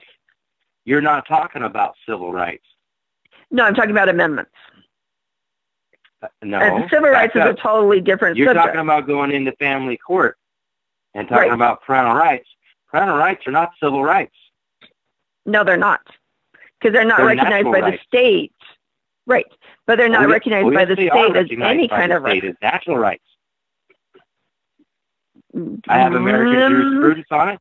Even my own Idaho statute says parental rights are secured by the Ninth Amendment and are deeply rooted as a fundamental, unalienable right protected by the Ninth Amendment to the Constitution. But when you go to the Ninth Amendment, it doesn't say anything about parental rights, does it? No, it doesn't. It says it's property rights. And what are chattel? Chattel is something that you take care of. No. Ninth Amendment. Oh, the Ninth Amendment? I have to look at that. The Ninth Amendment, the enumeration in this Constitution of certain rights shall not be construed to deny or disparage others retained by the people. Right. So, which if we go back to fundamental rights, natural God-given rights, because we are creations of God, and in the Declaration of Independence, it says the law of nature. We are a creation of God. Therefore, our children are a creation of God and are part of our life, our bloodline. And that is a natural right. Okay, has, again, but they had to put the 14th Amendment in there. Right. But then you had to put the 14th Amendment in there because of, unless they are severed by under due process. Correct? That's the reason why the 14th Amendment has to come in. Huh? I hate the 14th Amendment, just so you know. You hate the 14th Amendment? Well, You know, a few of Yeah, us are using it. that's actually when they turned us into slaves. All of us. Right. But a few of us are using the 14th Amendment in our federal case. Just saying. Yes. Yeah, again, because everything has gotten so convoluted with case law. On one hand, you'll have people saying, well, the Bill of Rights doesn't actually apply to the states. Really? Yes, it does. But then you have case law that says the whole entire Constitution applies to the states. Right. And here's the key. Okay, well, I was like, and I'll just, you know, and I know you're, you know, I don't know if Ted's still on the line or not, but one thing that, you know, you say that, you probably did. Sorry, Ted. So one thing that you know, judges will come in, you know, and even administrative judge or equity judges, they all take, no matter what kind of a judge they are, they still take the same oath of office. And the oath of office says that they will uphold the Constitution of the land. They will support the Constitution. No, because I looked it up on Utah's at least, and it said that they will uphold the Constitution of the United States. Okay? And then, but most judges, right, but most judges now do not uphold the Constitution. They do not. So that is a problem. And, you know, and a lot of states will have their own, you know, i.e. own constitution. But the one amendment says that no state shall make a law that usurps the Constitution. So, like, you know, in Utah, we have Article 1, Section 7, or whatever it is. I'm not sure. And don't quote me on that one because I'm not in front, you know, trying to, you know, do it off my top of my head. But it clearly says it basically is the same as the 14th Amendment, only it's under Utah section. You know, it's how Utah has taken the 14th Amendment and applied it, and every state has it.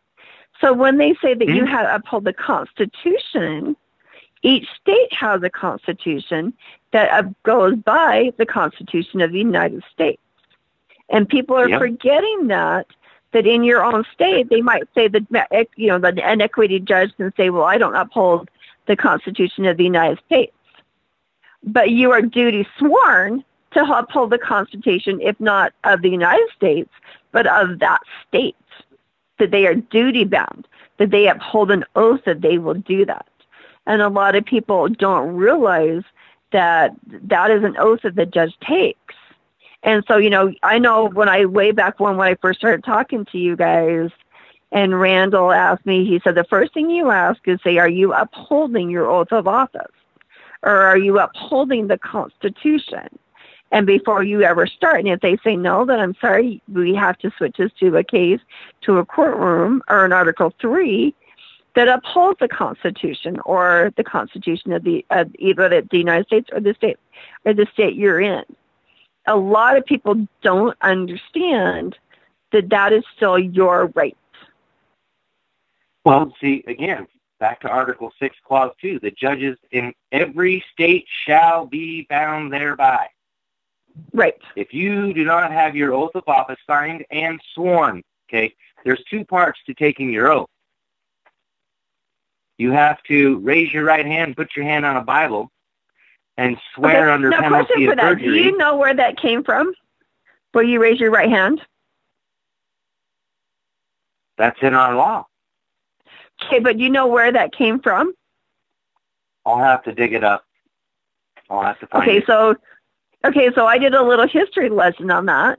And the reason why you put your hand on the Bible and you uplifted your hand was if you were marked as a traitor, it was your right hand that was marked. So hence the reason of raising your right hand, because if your hand was branded, you were marked a traitor. Ah. Mm-hmm. Very interesting. Yes. So yeah, that's how they can tell if they were a traitor of the state, of the country, was by a branded on the hand. Received the mark of the beast. Yes, correct. So your hand was marked in order So if they came up and raised their hand and it was marked, therefore you were marked as a traitor, right? So, and what did they say when you raise your right hand and you put your hand on the Bible? What is it you're reciting?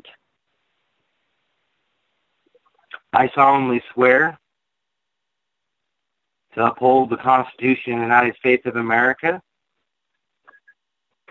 and the Constitution I'm not talking, of the State of Idaho. I'm talking about well, anybody. Okay, that's when the judge will get something. What does a regular person say when they get up there and they put their hand on the Bible and they raise their right hand? What are they agreeing to? I solemnly swear to tell the truth, the whole truth, and nothing but the truth. So help me God. Correct. Under penalty of perjury. Correct. And so why does our country not recognize perjury anymore? Because of that. That's what's messed up. Is, people keep saying that they want to bring arguments. Extended admiralty jurisdiction onto the land, and they can just make their own frickin' rules. That's why. Correct. So, but that statement in court still hasn't changed, has it? No, it hasn't. And they don't have you put your left hand on the Bible. No, but you raise your right hand, and you do say yes, you still raise your right hand. But, you don't put your hand on the Bible, but you do solemnly swear to tell the whole truth and nothing but the truth. So help me God. Mm-hmm. And so, and yet under, so if you're saying that you're solemnly swearing, so what I don't understand is so many states have gone away with perjury. And my question is why are people not going after more perjury charges or more like a class action suit on perjury versus on other things? Because perjury has gone away. Perjury or class action lawsuits. Oh, I know, because that says that we can be easily kicked for one little tiny thing. Oh, I know. I know, but I'm just saying. Francesca on here. I hate to cut you short, but I want to bring Francesca on before. If she's still on, if you are on, Francesca, do a press 1 on your phone and then press it again, because I may have you in my queue.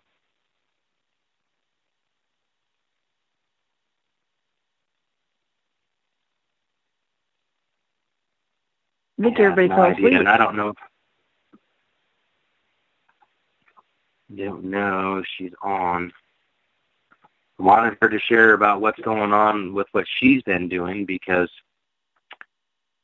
she's actually doing some pretty amazing stuff out there, and I have no way of contacting her.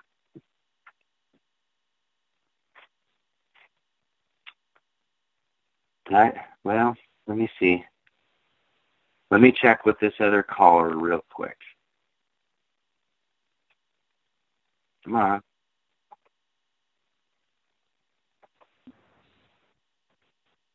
Hello. You had 5264.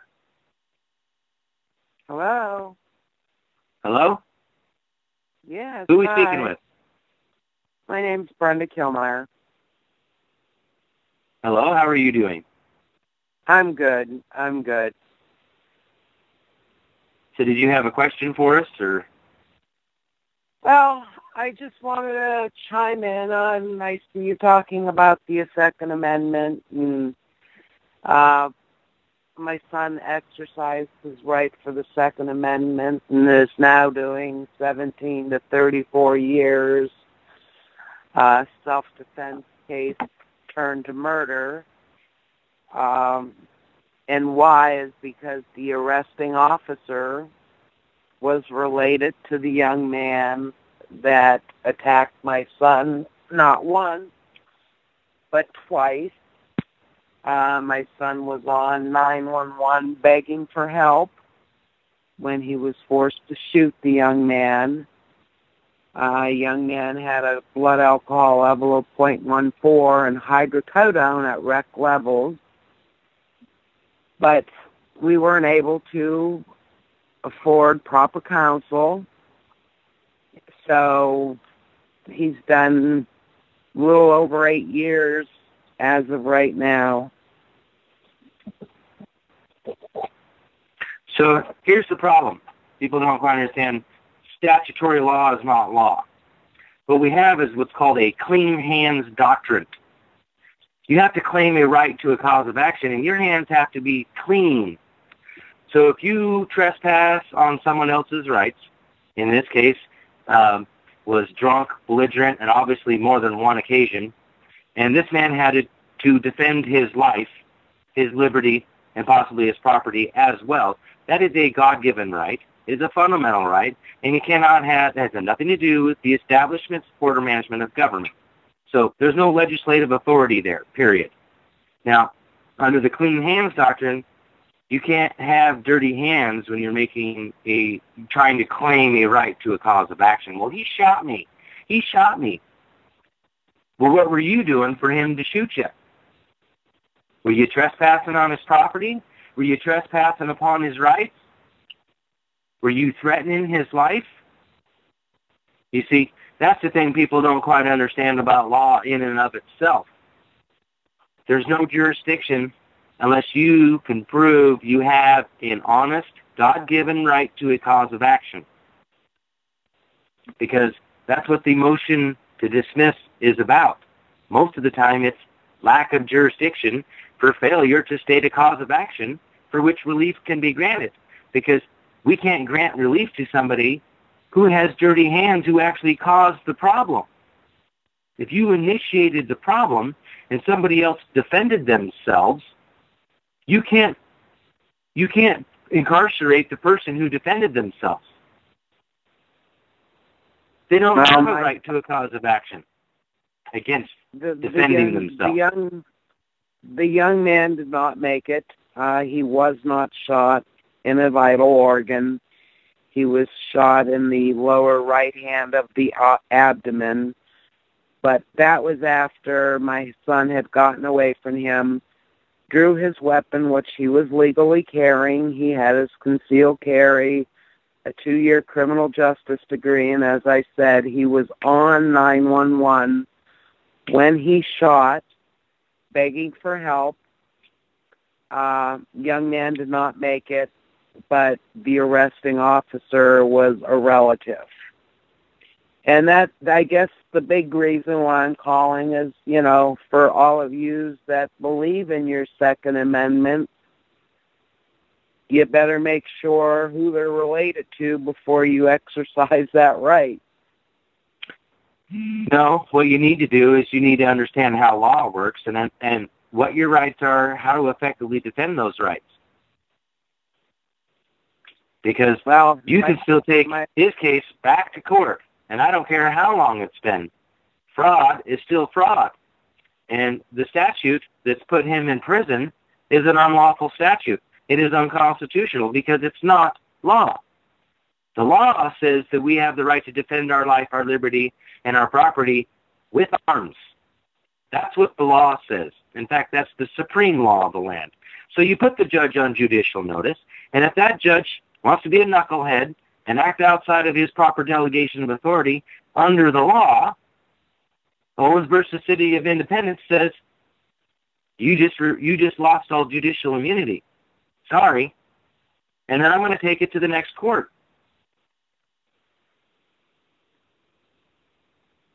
Okay.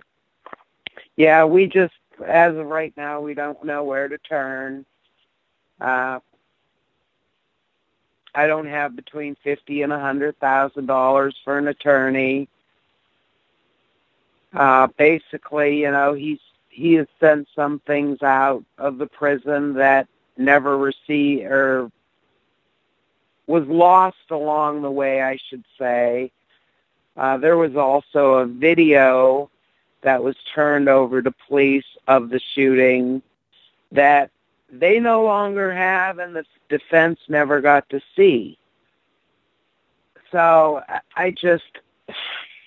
So, denial of exculpatory evidence, exactly what we were just talking about with Crystal there about Marbury versus Madison. The initial right to a cause of action was because of the denial of exculpatory evidence. James Madison had a right to a cause of action because Marbury was hiding documentation from the president just before he left office that put Madison in position of authority within the government, and Marbury didn't want him in there. So he hid the documentation. But Madison said, oh, by the way, we're going to court and I'm going to compel you to produce those documents. So, again, knowing what your rights are and how to effectively defend those rights is what we need to learn. That's part of what I do, is I educate on law. And rights are law. So we need to get the people educated. And that's why I keep saying education, education, education. Or your son will sit in prison until he gets educated. Because nobody's going to do it for you. Oh, no, there's... and ignorance of the law is no excuse. I know I might come off as harsh and sound harsh there, but that's the plain truth. You know, people like me can't spend the rest of the days of our lives and every single minute of a day helping individual people. I mean, I still help people, but there's so many people in trouble and in peril. I can't do it all. Chris Hallett can't do it all. Crystal can't do it all. They're just too much. So that's part of why I'm talking about what I talked about tonight, is we need to get the militias involved with the family law stuff.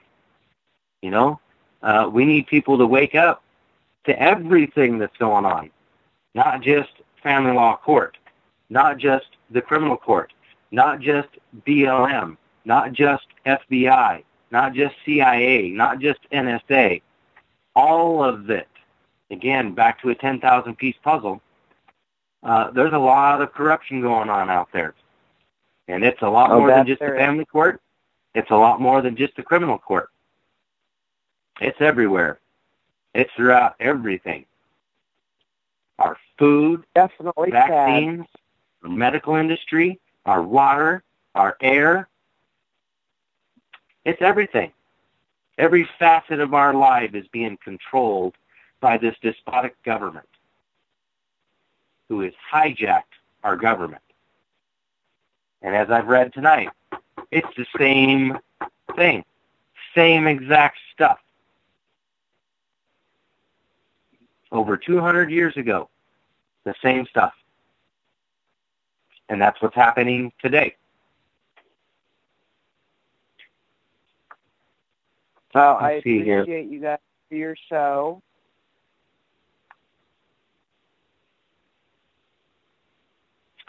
Let me try this other number here, hopefully.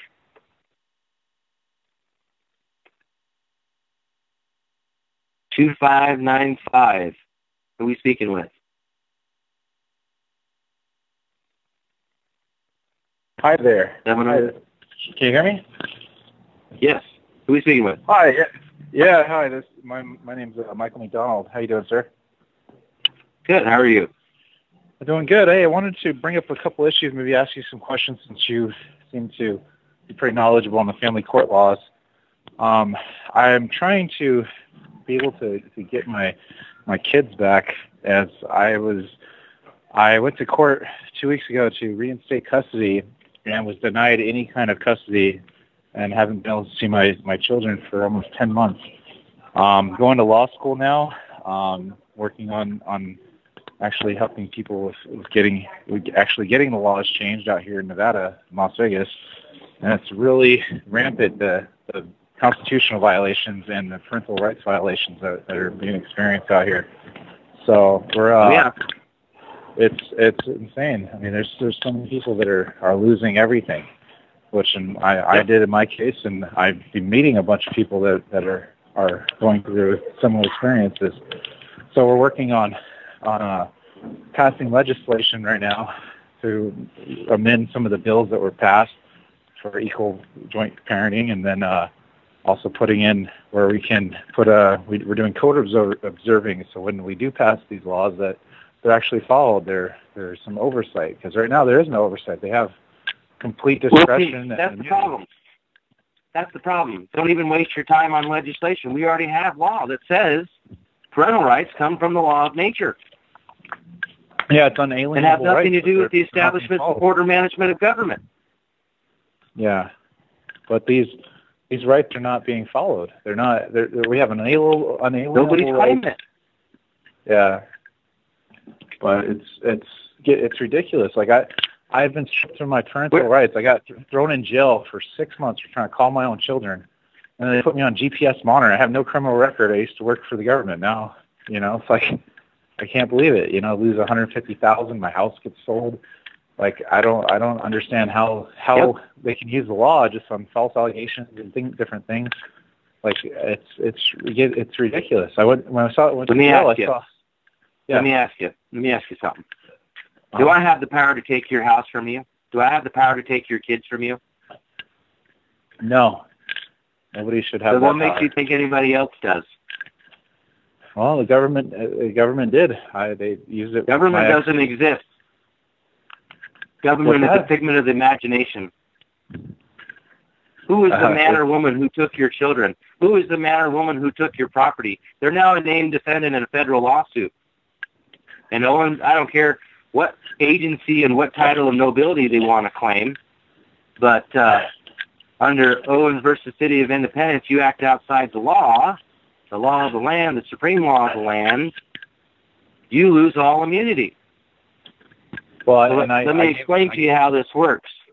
Yeah. Parental rights. This is my own Idaho statute, okay? Title 32, Chapter 1010. Intent of the legislature, parental rights. The interest and role of parents in the care, custody, and control of their children are both implicit in the concept of ordered liberty and deeply rooted in our nation's history and tradition. They are also among the unalienable rights retained by the people under the Ninth Amendment to the Constitution of the United States. That right there puts that right out of any kind of state legislation, executive or judicial power, period. There is no power. With the Ninth Amendment, I thought it was the 14th Amendment we have to our children, but... Nope. No.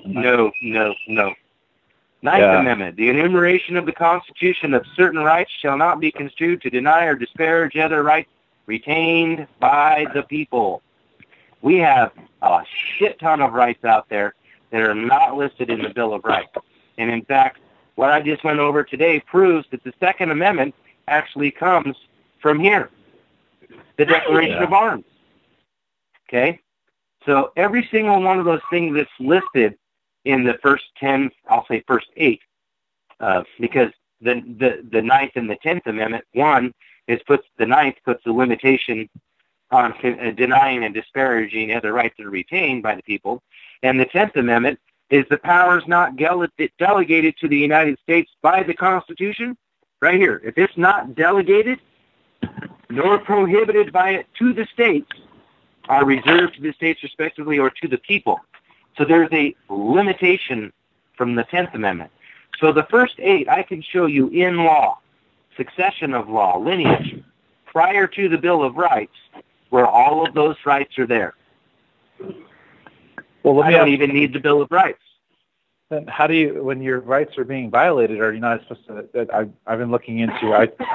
We're starting to educate myself on filing 1983s and civil complaint, or filing it in the federal court for constitutional violations. And even under Title 18 of Section 242, you can hold the judges accountable. They can get prosecuted or sanctioned for that. So I'm working on filing a 1983 for not just me, for a couple of people, and actually going and actually multi-million-dollar lawsuits to start putting this out. And if we start getting them awarded by jury trials, they're going to have to change some of these things. You know what I mean? But nobody does it. Nobody goes after the attorneys that are crooked or don't present evidence, the legal malpractice. Do you have any experience with those at all? So I'm still learning the Title 42 stuff myself. Yeah. I actually just bought here about a month ago the O'Connor's Federal Rules of Civil Procedure and Practice. I'm sure you may have that book or something similar. Yeah. But that is an awesome book. I've got the 2016 version. It's not just the federal rules, but it's the practice of those rules and all of the case law. And it breaks down every single motion in the federal rules, every single one of them.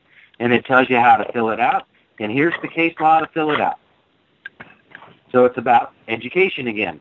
Read, read, read, read. Educate yourself. Ignorance of the law is no excuse. But here's a key. The claim and exercise of a right cannot be converted into a crime. The thing is people aren't claiming their rights in court. Now, when you said you went in there to fight for your kids, did you actually claim your parental rights protected under the Ninth Amendment, and that it's actually from the law of nature as a self-evident fundamental right, which has nothing to do with the establishment, support, or management of the government? So I did bring that up in court. One day I did bring that up, like, hey, I have rights to my children. I have my 14th Amendment rights.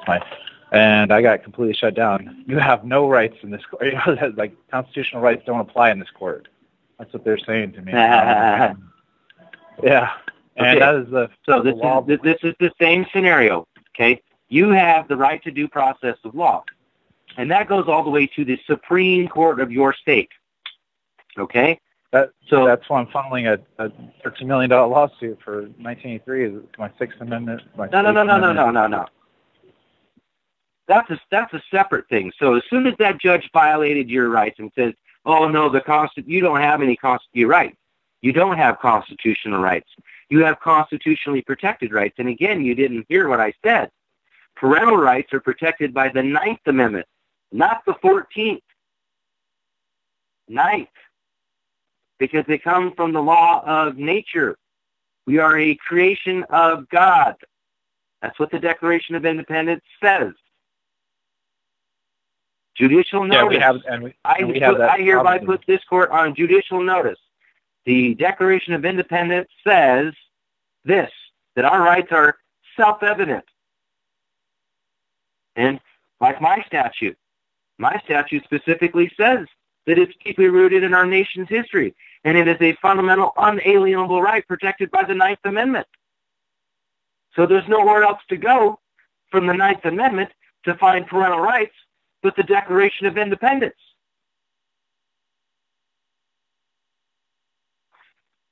You have to learn what your rights are, where they come from in law, called lineage. Judicial notice. That's what it says. You can't argue with me on that because that's not my opinion. It's written in black and white. What's the matter? You don't understand the King's English or what? But when a judge goes and So when the judge violates your rights, okay, we're down to 50 seconds. We're going to still continue live on Facebook. I don't know if you're watching on Facebook, but we're down to 40 seconds here on Blog Talk, and this is going to kick off. I'm going to try and keep going, so we'll see how this works. Sometimes Blog Talk shuts itself off. Sometimes it lets me turn it off, but we're still broadcasting live through Facebook. So when your judge acts outside of his proper delegation of authority, first of all, do you have your oath of office on file? Do you have your surety bond on file? Is this a court of law or is this a court of equity? Okay, those are the first four questions. And then the judge wants to continue on outside of his delegation of authority. You appeal that decision to your appellate court. You also go straight to the federal court and you file your claims of rights, natural rights violations. Okay, it may not be under 1983. It's going to be under a different section because they're not civil rights, they're natural rights. Yeah. Although they say that natural rights have been consolidated in with civil rights, and I have American jurisprudence on that. It specifically says that, yes, natural rights are part of civil rights, blah, blah, blah, blah. But they are still recognized as natural rights because they come from the law of nature. They don't come from anywhere else. When you put the 28th Amendment into place where it's federal law, it's up to interpretation on the way these judges interpret the law, or people don't have equal access to their own children, which was a God-given right and a constitutional right. And under Article 5 of the Constitution, you can amend it, being affecting 23 million kids. So I hope we can get that put in place. Have you looked into that? Again, the law already says what it says. Yeah. And they're not following it. No legislation is going to fix that. None. If you think wasting your time trying to draft a bill to create legislation that says, oh, but parental rights are mine and have nothing to do with the establishment, support, or management of the government, that's redundant.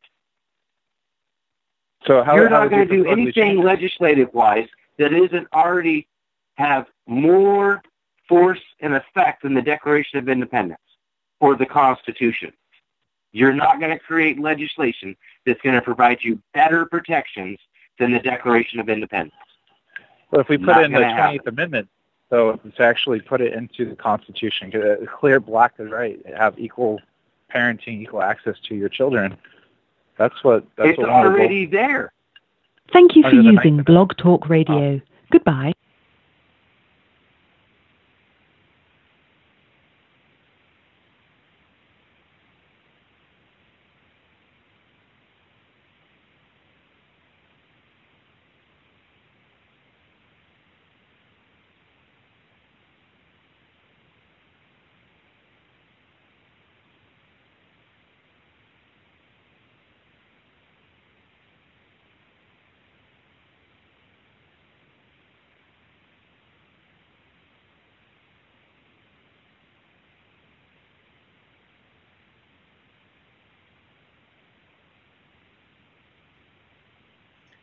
All right. I don't know what happened to Ted. Must have fallen asleep over there. So I hope we're still streaming out here. And Francesca, I must have either missed you or something. I really wanted you to come on and talk about that tonight. Yeah, and all these messages come through on my phone. So what I was just talking about was trying to make legislation that says, oh, well, parental rights are, God-given rights and da-da-da-da. The law already says that, okay? It's already there. The claim and exercise of a right cannot be converted into a crime. I claim that I am a creation of God. I claim that my son is a creation of God, which puts that outside of any kind of legislation, executive branch, judicial branch. And when you're talking about interpreting, the judicial branch doesn't really have the power to interpret anything, okay? And I have jurisprudence on that. It's called Constitutional Law Section, Volume 16. There's 3 volumes, actually, in American jurisprudence on constitutional law. You also have Corpus Juris Secundum, which is another deal with constitutional law.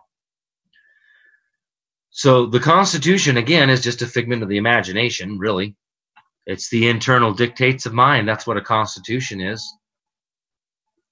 So even given that the Ninth Amendment, see, again, this is where you need to read.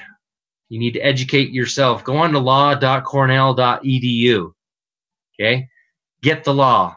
Says get the law. Go to the Constitution. And then look over to the right on there's all sorts of parts of the Constitution that's broke down on what's called the annotated Constitution. Okay? So you click on explanations. Okay? And it goes into great detail about that little tiny piece of the Constitution. And if you go in there and you read about the Ninth Amendment, that was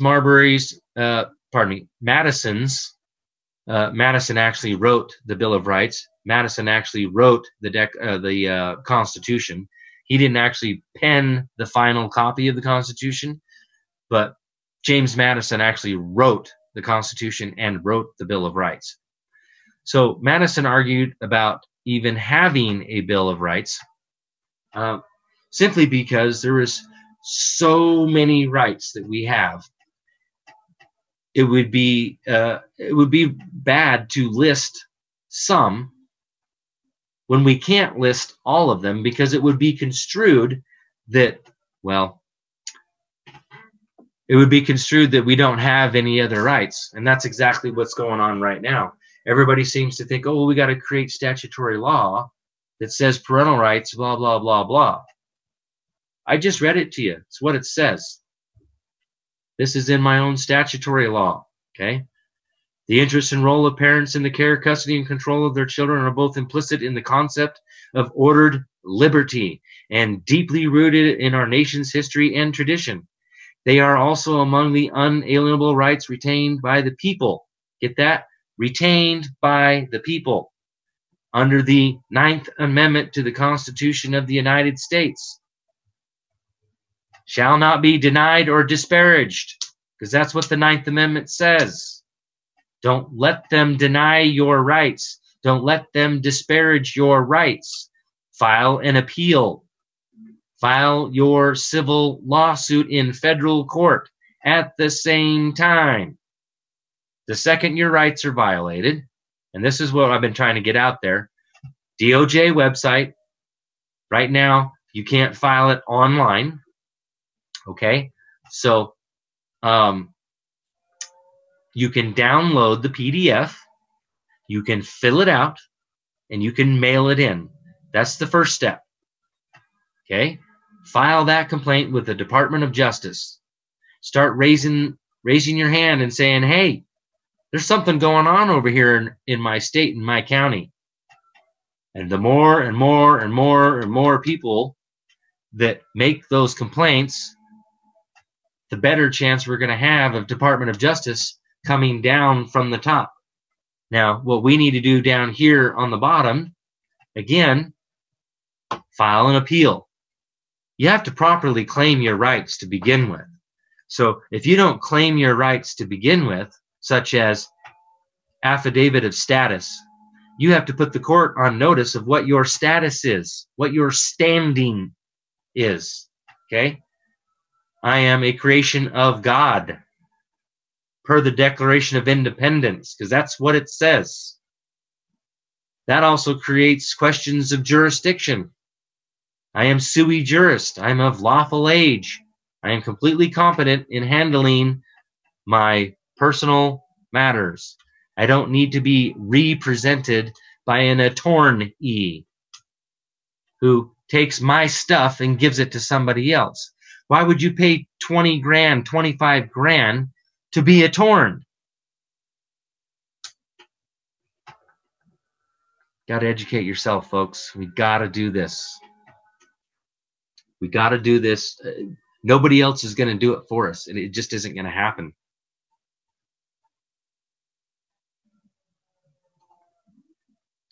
I really don't know what happened to Ted over there. Shows that he's there.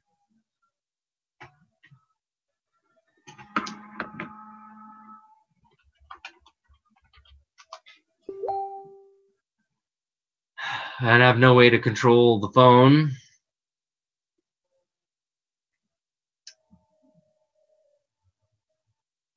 Oh, man. I'm going to try and pull some stuff up here on Facebook and see if I can read some comments and questions there. If not, we'll have to end this. Come on. If it's still even going live, as far as I know.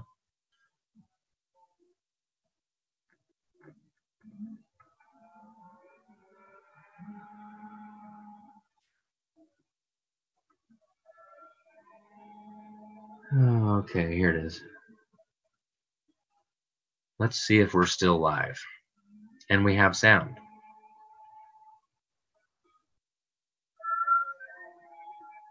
Okay, here it is. All right. So, apparently we do. Still live, still going.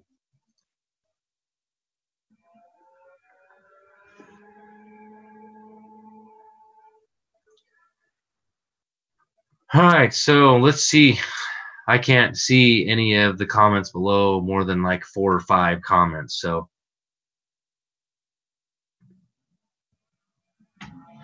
let's just kind of go over some of like our hierarchy here in government. This is some of the stuff that Tony Pellegrino puts together. American Common Law Academy out at Nampa. This is stuff that he's been teaching for about 5 years now. So this is called living above the line and below the line. We have God up here at the top. And then we have us right here. Okay? Our status. Who are you?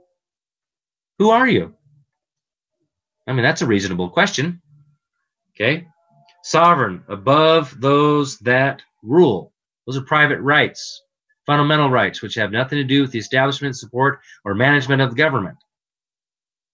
Rights, life, liberty, and the pursuit of happiness, moral, real, and of substance.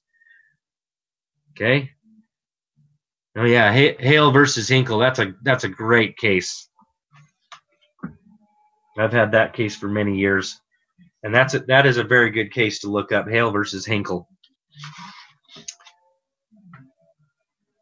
Talk about a contract null and void. Well, if the contract is got any parts of fraud on there, again, you can't even give away your rights.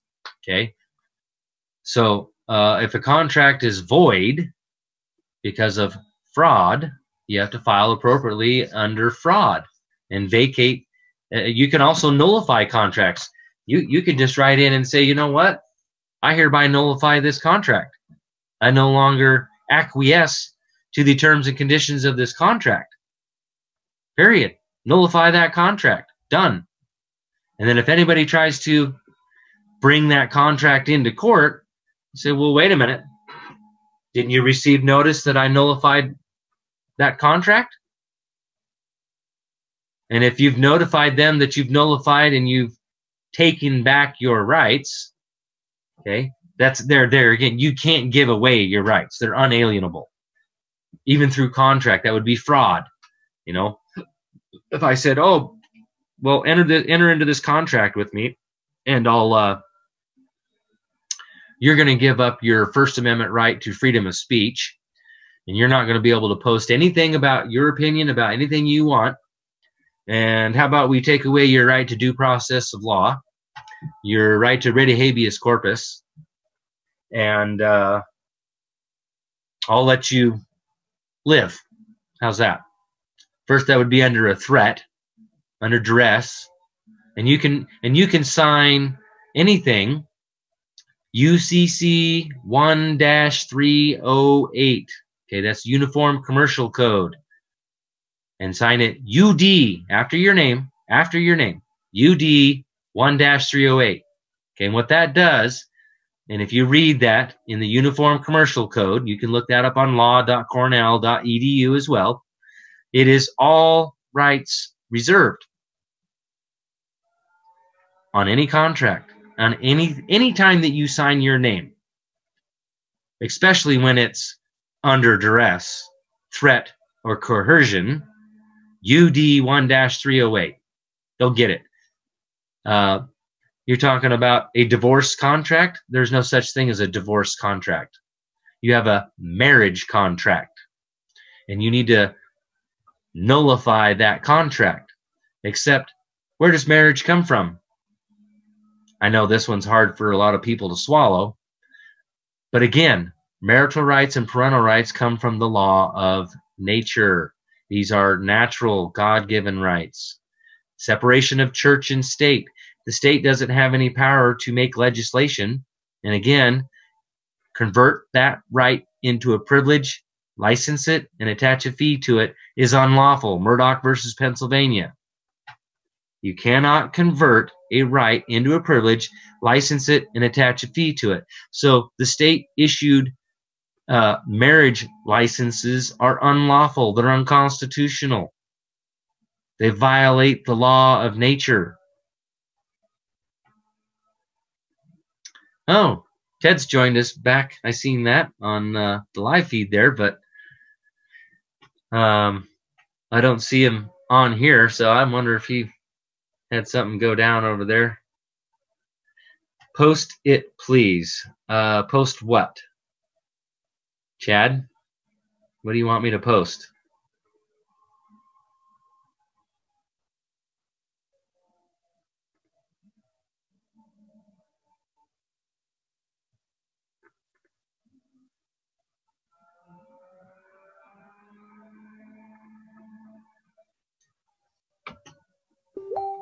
I'm watching the feed here, Chad. So if you tell me what you want me to post.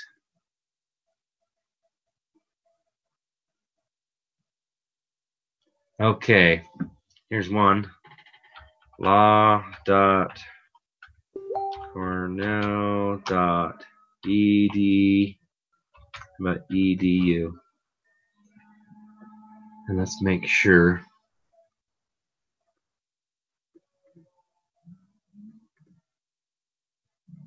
Yep. Hopefully that goes through. Okay, there we go. Or did I type? I typed it wrong. Dang it.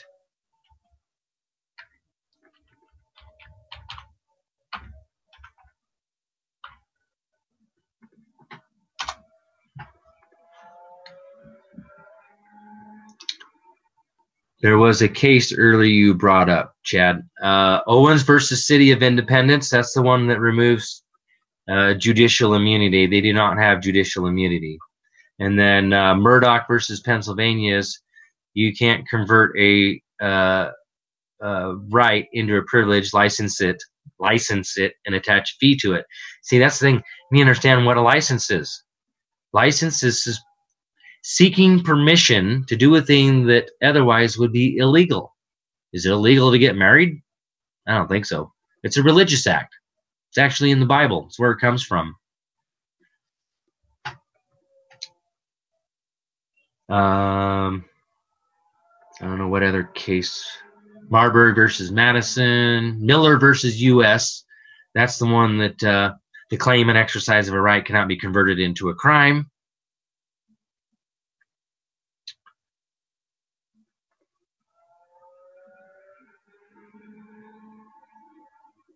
You're welcome, Michael McDonald. So when you're talking contracts, you know, the statute of frauds, pursuant to the statutes of fraud. Now, see, that's the thing. Contract law actually started clear back in 600 BC or AD with the Roman civil law. Now, it did die out, but that's where it originated from. So contract law has been around for a very, very, very, very long time. Thank you, Darren Mikowski. Posted Miller versus U.S. Now you want to, let's see, Erie Railroad versus Pennsylvania. I believe that's the one you want to check out for jurisdiction type stuff. Holy, that's a really good case. And oh, the other one. Hale versus Hinkle. That is a really, really, really good case. And let me just read kind of, where is that? In fact, I can just pull it up because I have it. I don't know if it's, I think it's in here.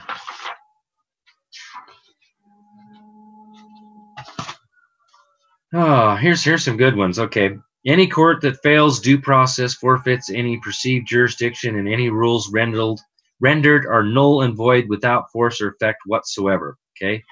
Worldwide Volkswagen versus Woodson. 444 U.S. 286 291. A judgment rendered in violation of due process is void. Okay. Johnson versus Zerbest. 304 U.S. 458. If the Bill of Rights is not complied with, the court no longer has jurisdiction to proceed. The judgment pronounced by a court without jurisdiction is void.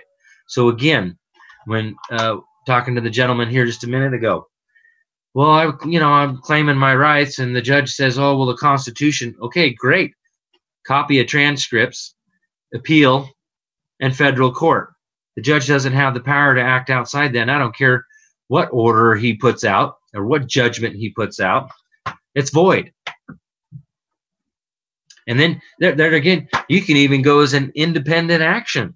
For fraud, you don't even have to go to the appellate court. You can just go, you know what? I know that that's fraud. And I'm just going to go right over here. And I'm going to bring an independent action in the state court for fraud. Or you can go federal. I don't know, whatever you want to do. $400 to file in federal court. So I don't know what it is in your state to file in your civil court in your states, but you're going to have a lot better luck in federal courts because they actually somewhat are still acting constitutional. They're actually suits at law and suits of equity. So when you file your suit at law, because that's what it is, and you include your tort claims, which is violations of the law, like Title 18, Section 242, acting under color of law without proper delegation of authority, you're done. That's a felony. And if it involves kidnapping, we can seek the death penalty. So were these people from Child Protective Services, Children's Social Services, whatever you call it in your state, come on your property, kick in your door, and come in and take your children, that's kidnapping. Because the Fourth Amendment specifies that you must have a warrant. And again, that's criminal in nature, right? Is that's what they're coming in there to do, is to take your kids because some crime that you have committed. Why are they taking the children? I don't know where they got this great idea to leave the criminal in the house and take the children. I always thought the criminal is the one that went to jail. So why are they coming in and they're kidnapping the children? Simple as that, plain and simple. So you get these people's names and you file your lawsuit. And you get it done real quick. And the first thing in, again, is the DOJ. Get on there, download that PDF. Let me post that. I'll post that on here right now again because I have it again. There it is.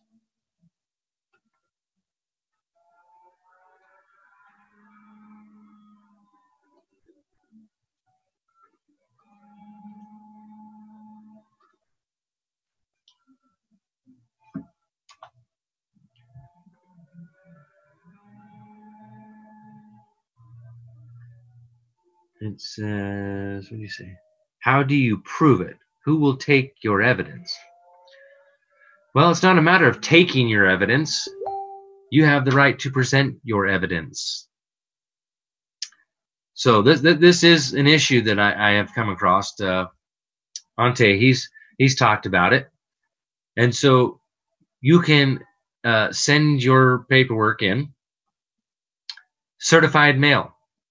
Return receipt. Get your return receipt card. Okay. So before you do that, you go down to a notary republic and you have your stuff notarized. Certificate of service. I do declare under penalty of perjury that I deposited such and such and such in the mail. It's called certificate of service inside the envelope that's notarized right in front of your notary republic. Okay. There's another thing, is the notary is an officer of the court. So when they receive your letter they have to sign for, so there's the first indicator that they've received your envelope. Okay. Now what's inside the envelope has already been notarized. Okay. So an officer of the court has already seen your evidence and you submit it. But see, that's the other thing is evidence isn't really supposed to go in the record. That's supposed to be given to the other side. And then the other side is the one that makes motions in limine or uses suppression issues, which is the same thing that we should be doing. Okay. Oh, well, the CPS caseworker, whatever, lied. Great. We're going to a suppression hearing. Because unless you can prove under penalty of perjury that you had the right to a cause of action or that you're not lying, where's your evidence to support your truth to make it a fact?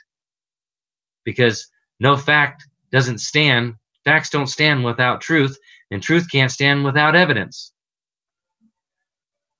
So again, that's part of reading the rules of procedure, rules of evidence. You have to understand how all that works.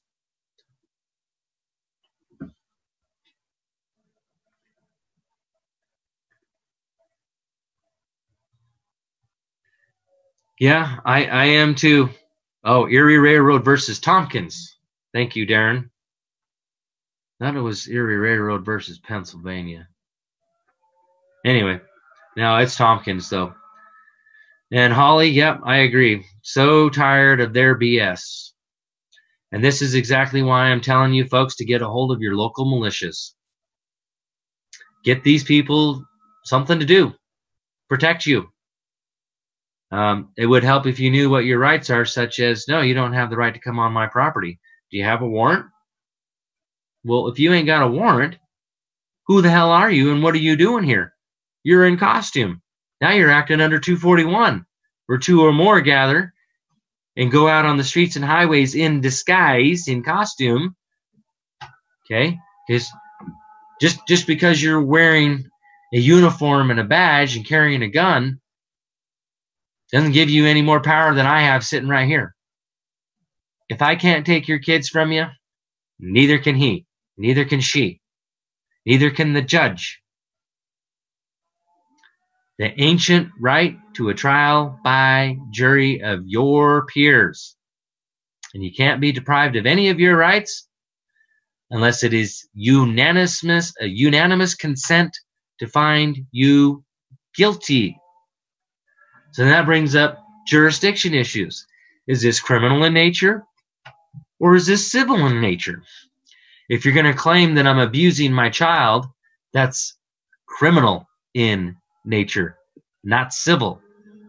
So we go under criminal courts, and we go under criminal rules of procedure, and we go under rules of evidence that apply to criminal courts. Okay? All these things that you can object to in your paperwork, and you can object to it on the record. In and on the record. You file your paperwork as an objection. You make your objection orally on the record. And, you know, I don't care what the judge does. Really. It's the first judge, commissioner, whatever you have in your state, county. You have the right to due process of law. And you have the right to appeal anybody's decision to the next court. Unless it's by trial by jury.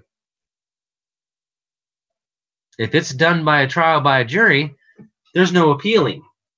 You can appeal things that you objected to prior to the trial by jury. You can appeal sneaky little things that the prosecutor may do in the hearing during the trial.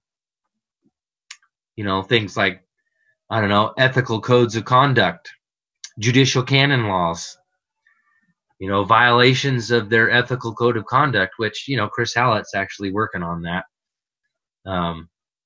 E-clause. Thank you, Chris Hallett. It's starting. So there's some stuff that's going on right now with E-clause and Chris Hallett. And, you know, there's going to be some time there. We're going to work through that and get through that. So, let's see. What else do we have here? I'm trying to keep up on both.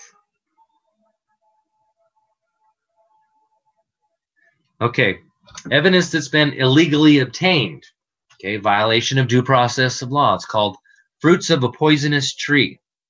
Okay, so you go to a suppression hearing. I motion to suppress the evidence because it was illegally obtained under the fruits of a poisonous tree doctrine. Okay, anytime they violate your right to due process of law, they lose all jurisdiction to begin with. So if they illegally seize, let's just say you're traveling down the road, minding your own business, not doing anything wrong, and, oh, well, you didn't quite come to a complete stop at that stop sign. Now, I can lay this all out real quick. First of all, that's a bill of attainder. You don't have to have a driver's license because they're, again, seeking permission to exercise a right. I don't think so. You have the right of personal liberty, the power of locomotion.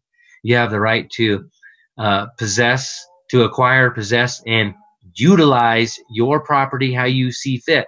And the streets and highways are yours, ours, public.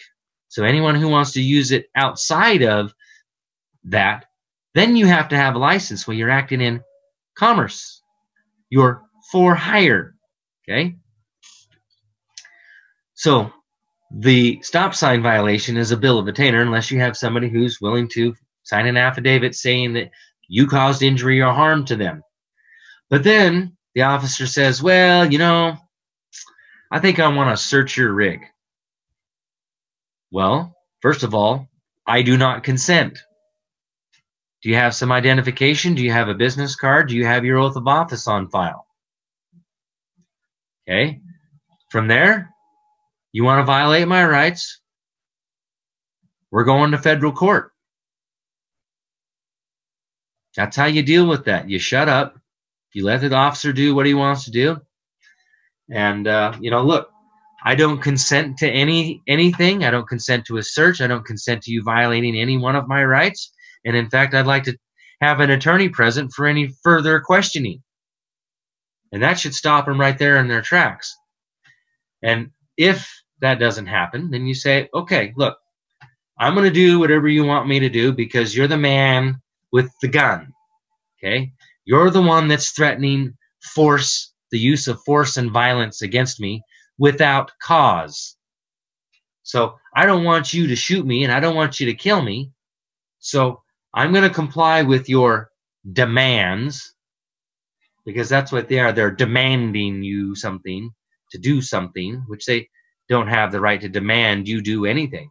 Not any more than I do. I can't demand that you get out of your automobile and have me search your automobile to see if I can find anything that I can screw you out of.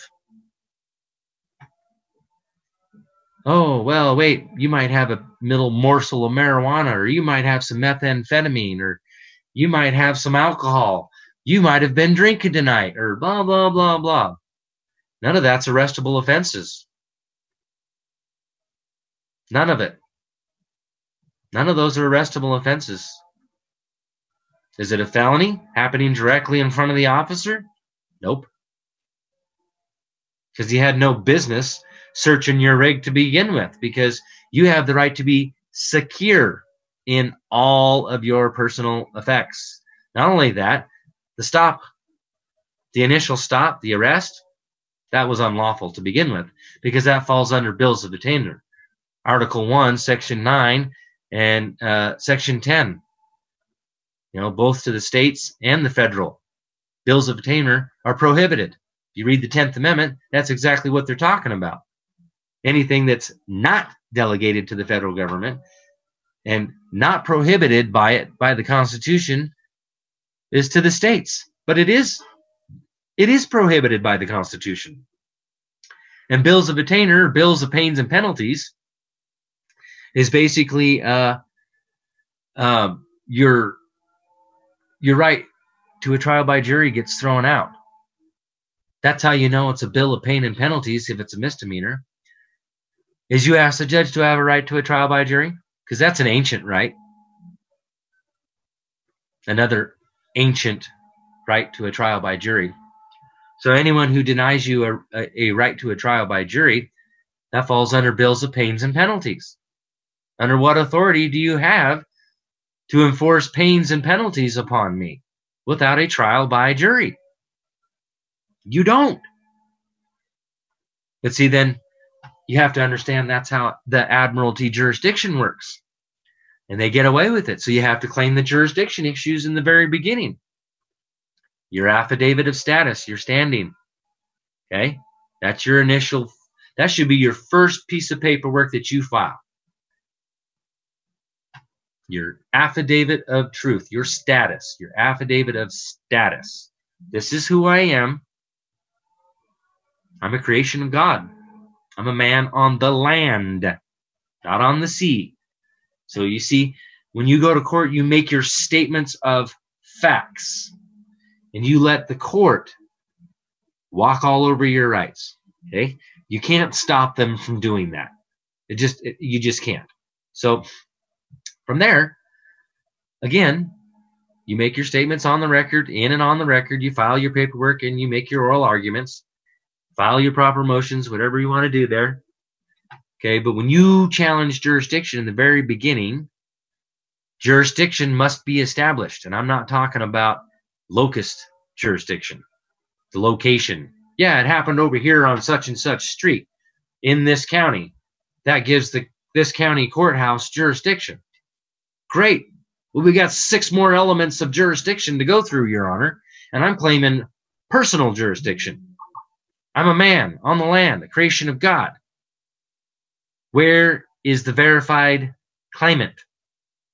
Who is making a claim against me? Who has the right to a cause of action?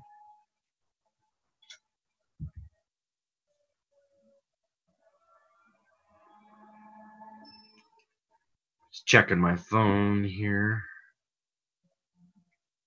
What do we got?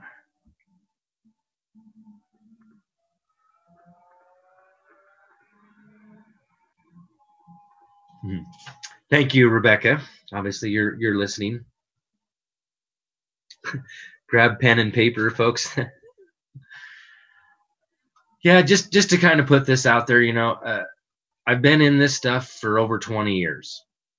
I haven't studied every single day, all day long for 20-some years, but I can tell you I've been incarcerated.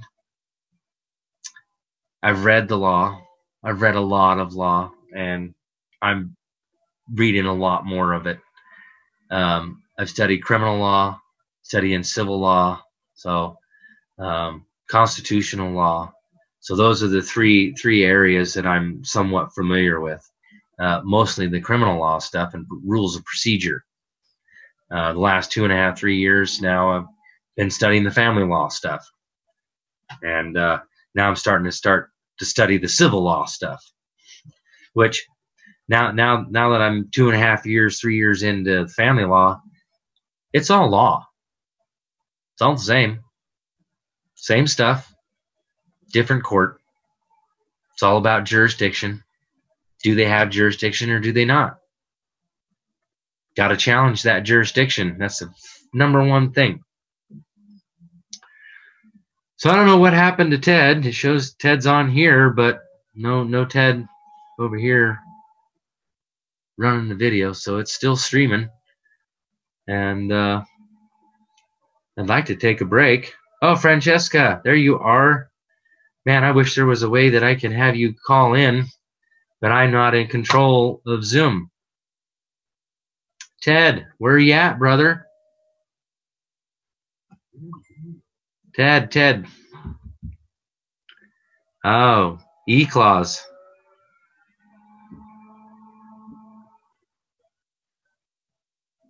Yeah, I already have, Darren. I've sent Ted a message.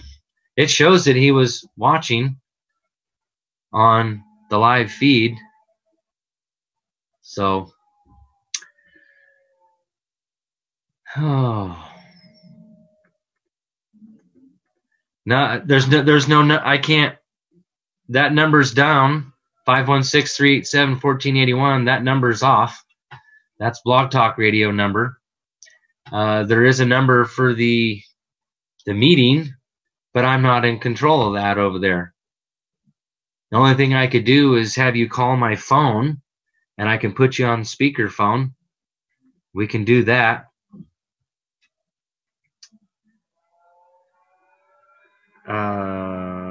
I have no way of sending you a message because you don't have Messenger.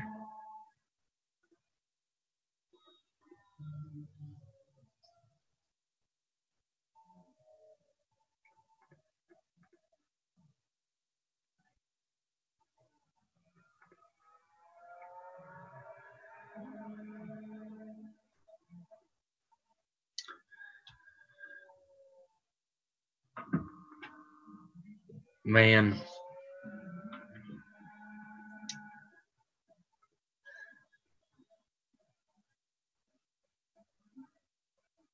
Ted, where are you, brother? What happened to you over there?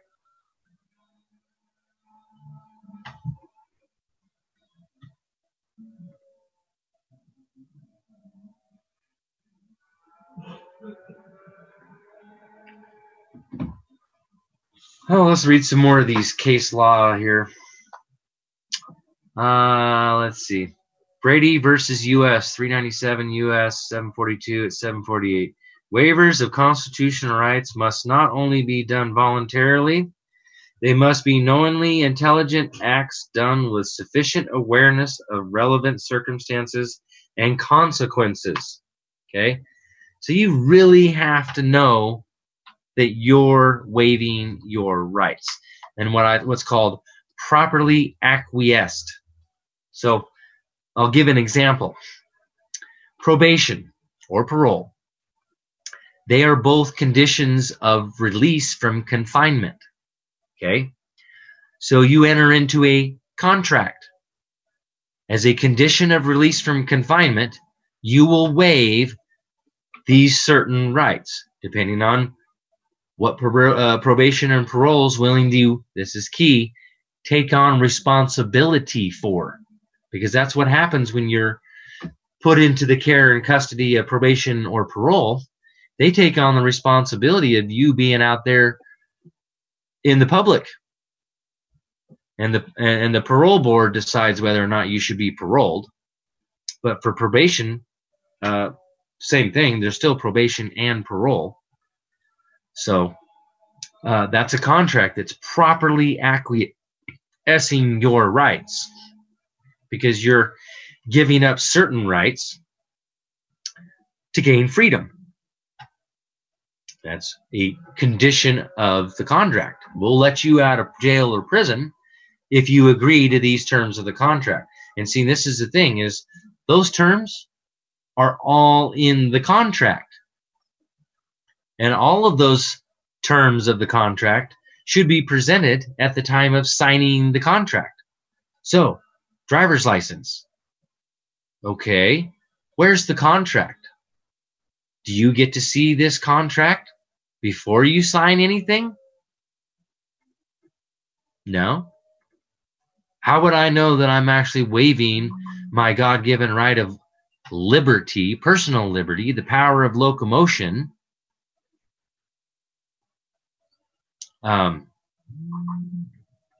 right to acquire, possess, and utilize property how I see fit, because it's my property, real property, personal property.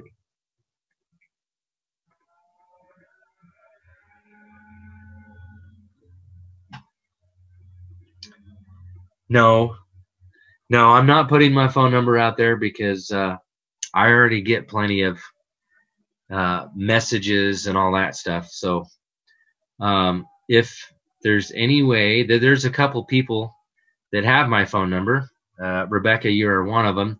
I don't know if you have Francesca's number. Maybe you can text it to Francesca and have her call me. Or, yeah, I don't know how to. Yeah, she does. Francesca, you don't have Messenger, so you can't call me through Messenger. And you don't have my phone number. I should have. I don't know. How do we do that?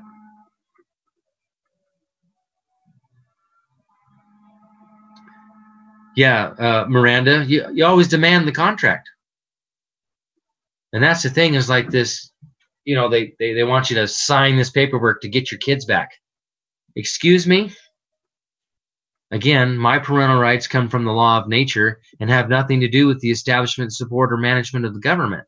I'm not signing anything. In fact, you better give me my kids back or you're going to prison for kidnapping.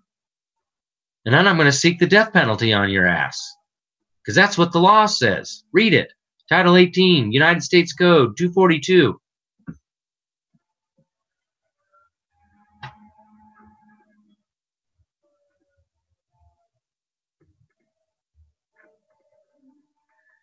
Okay, Liz, you say, okay, so if two kids were placed on probation, but placed back into the care of an adult, the victim, who's liable then?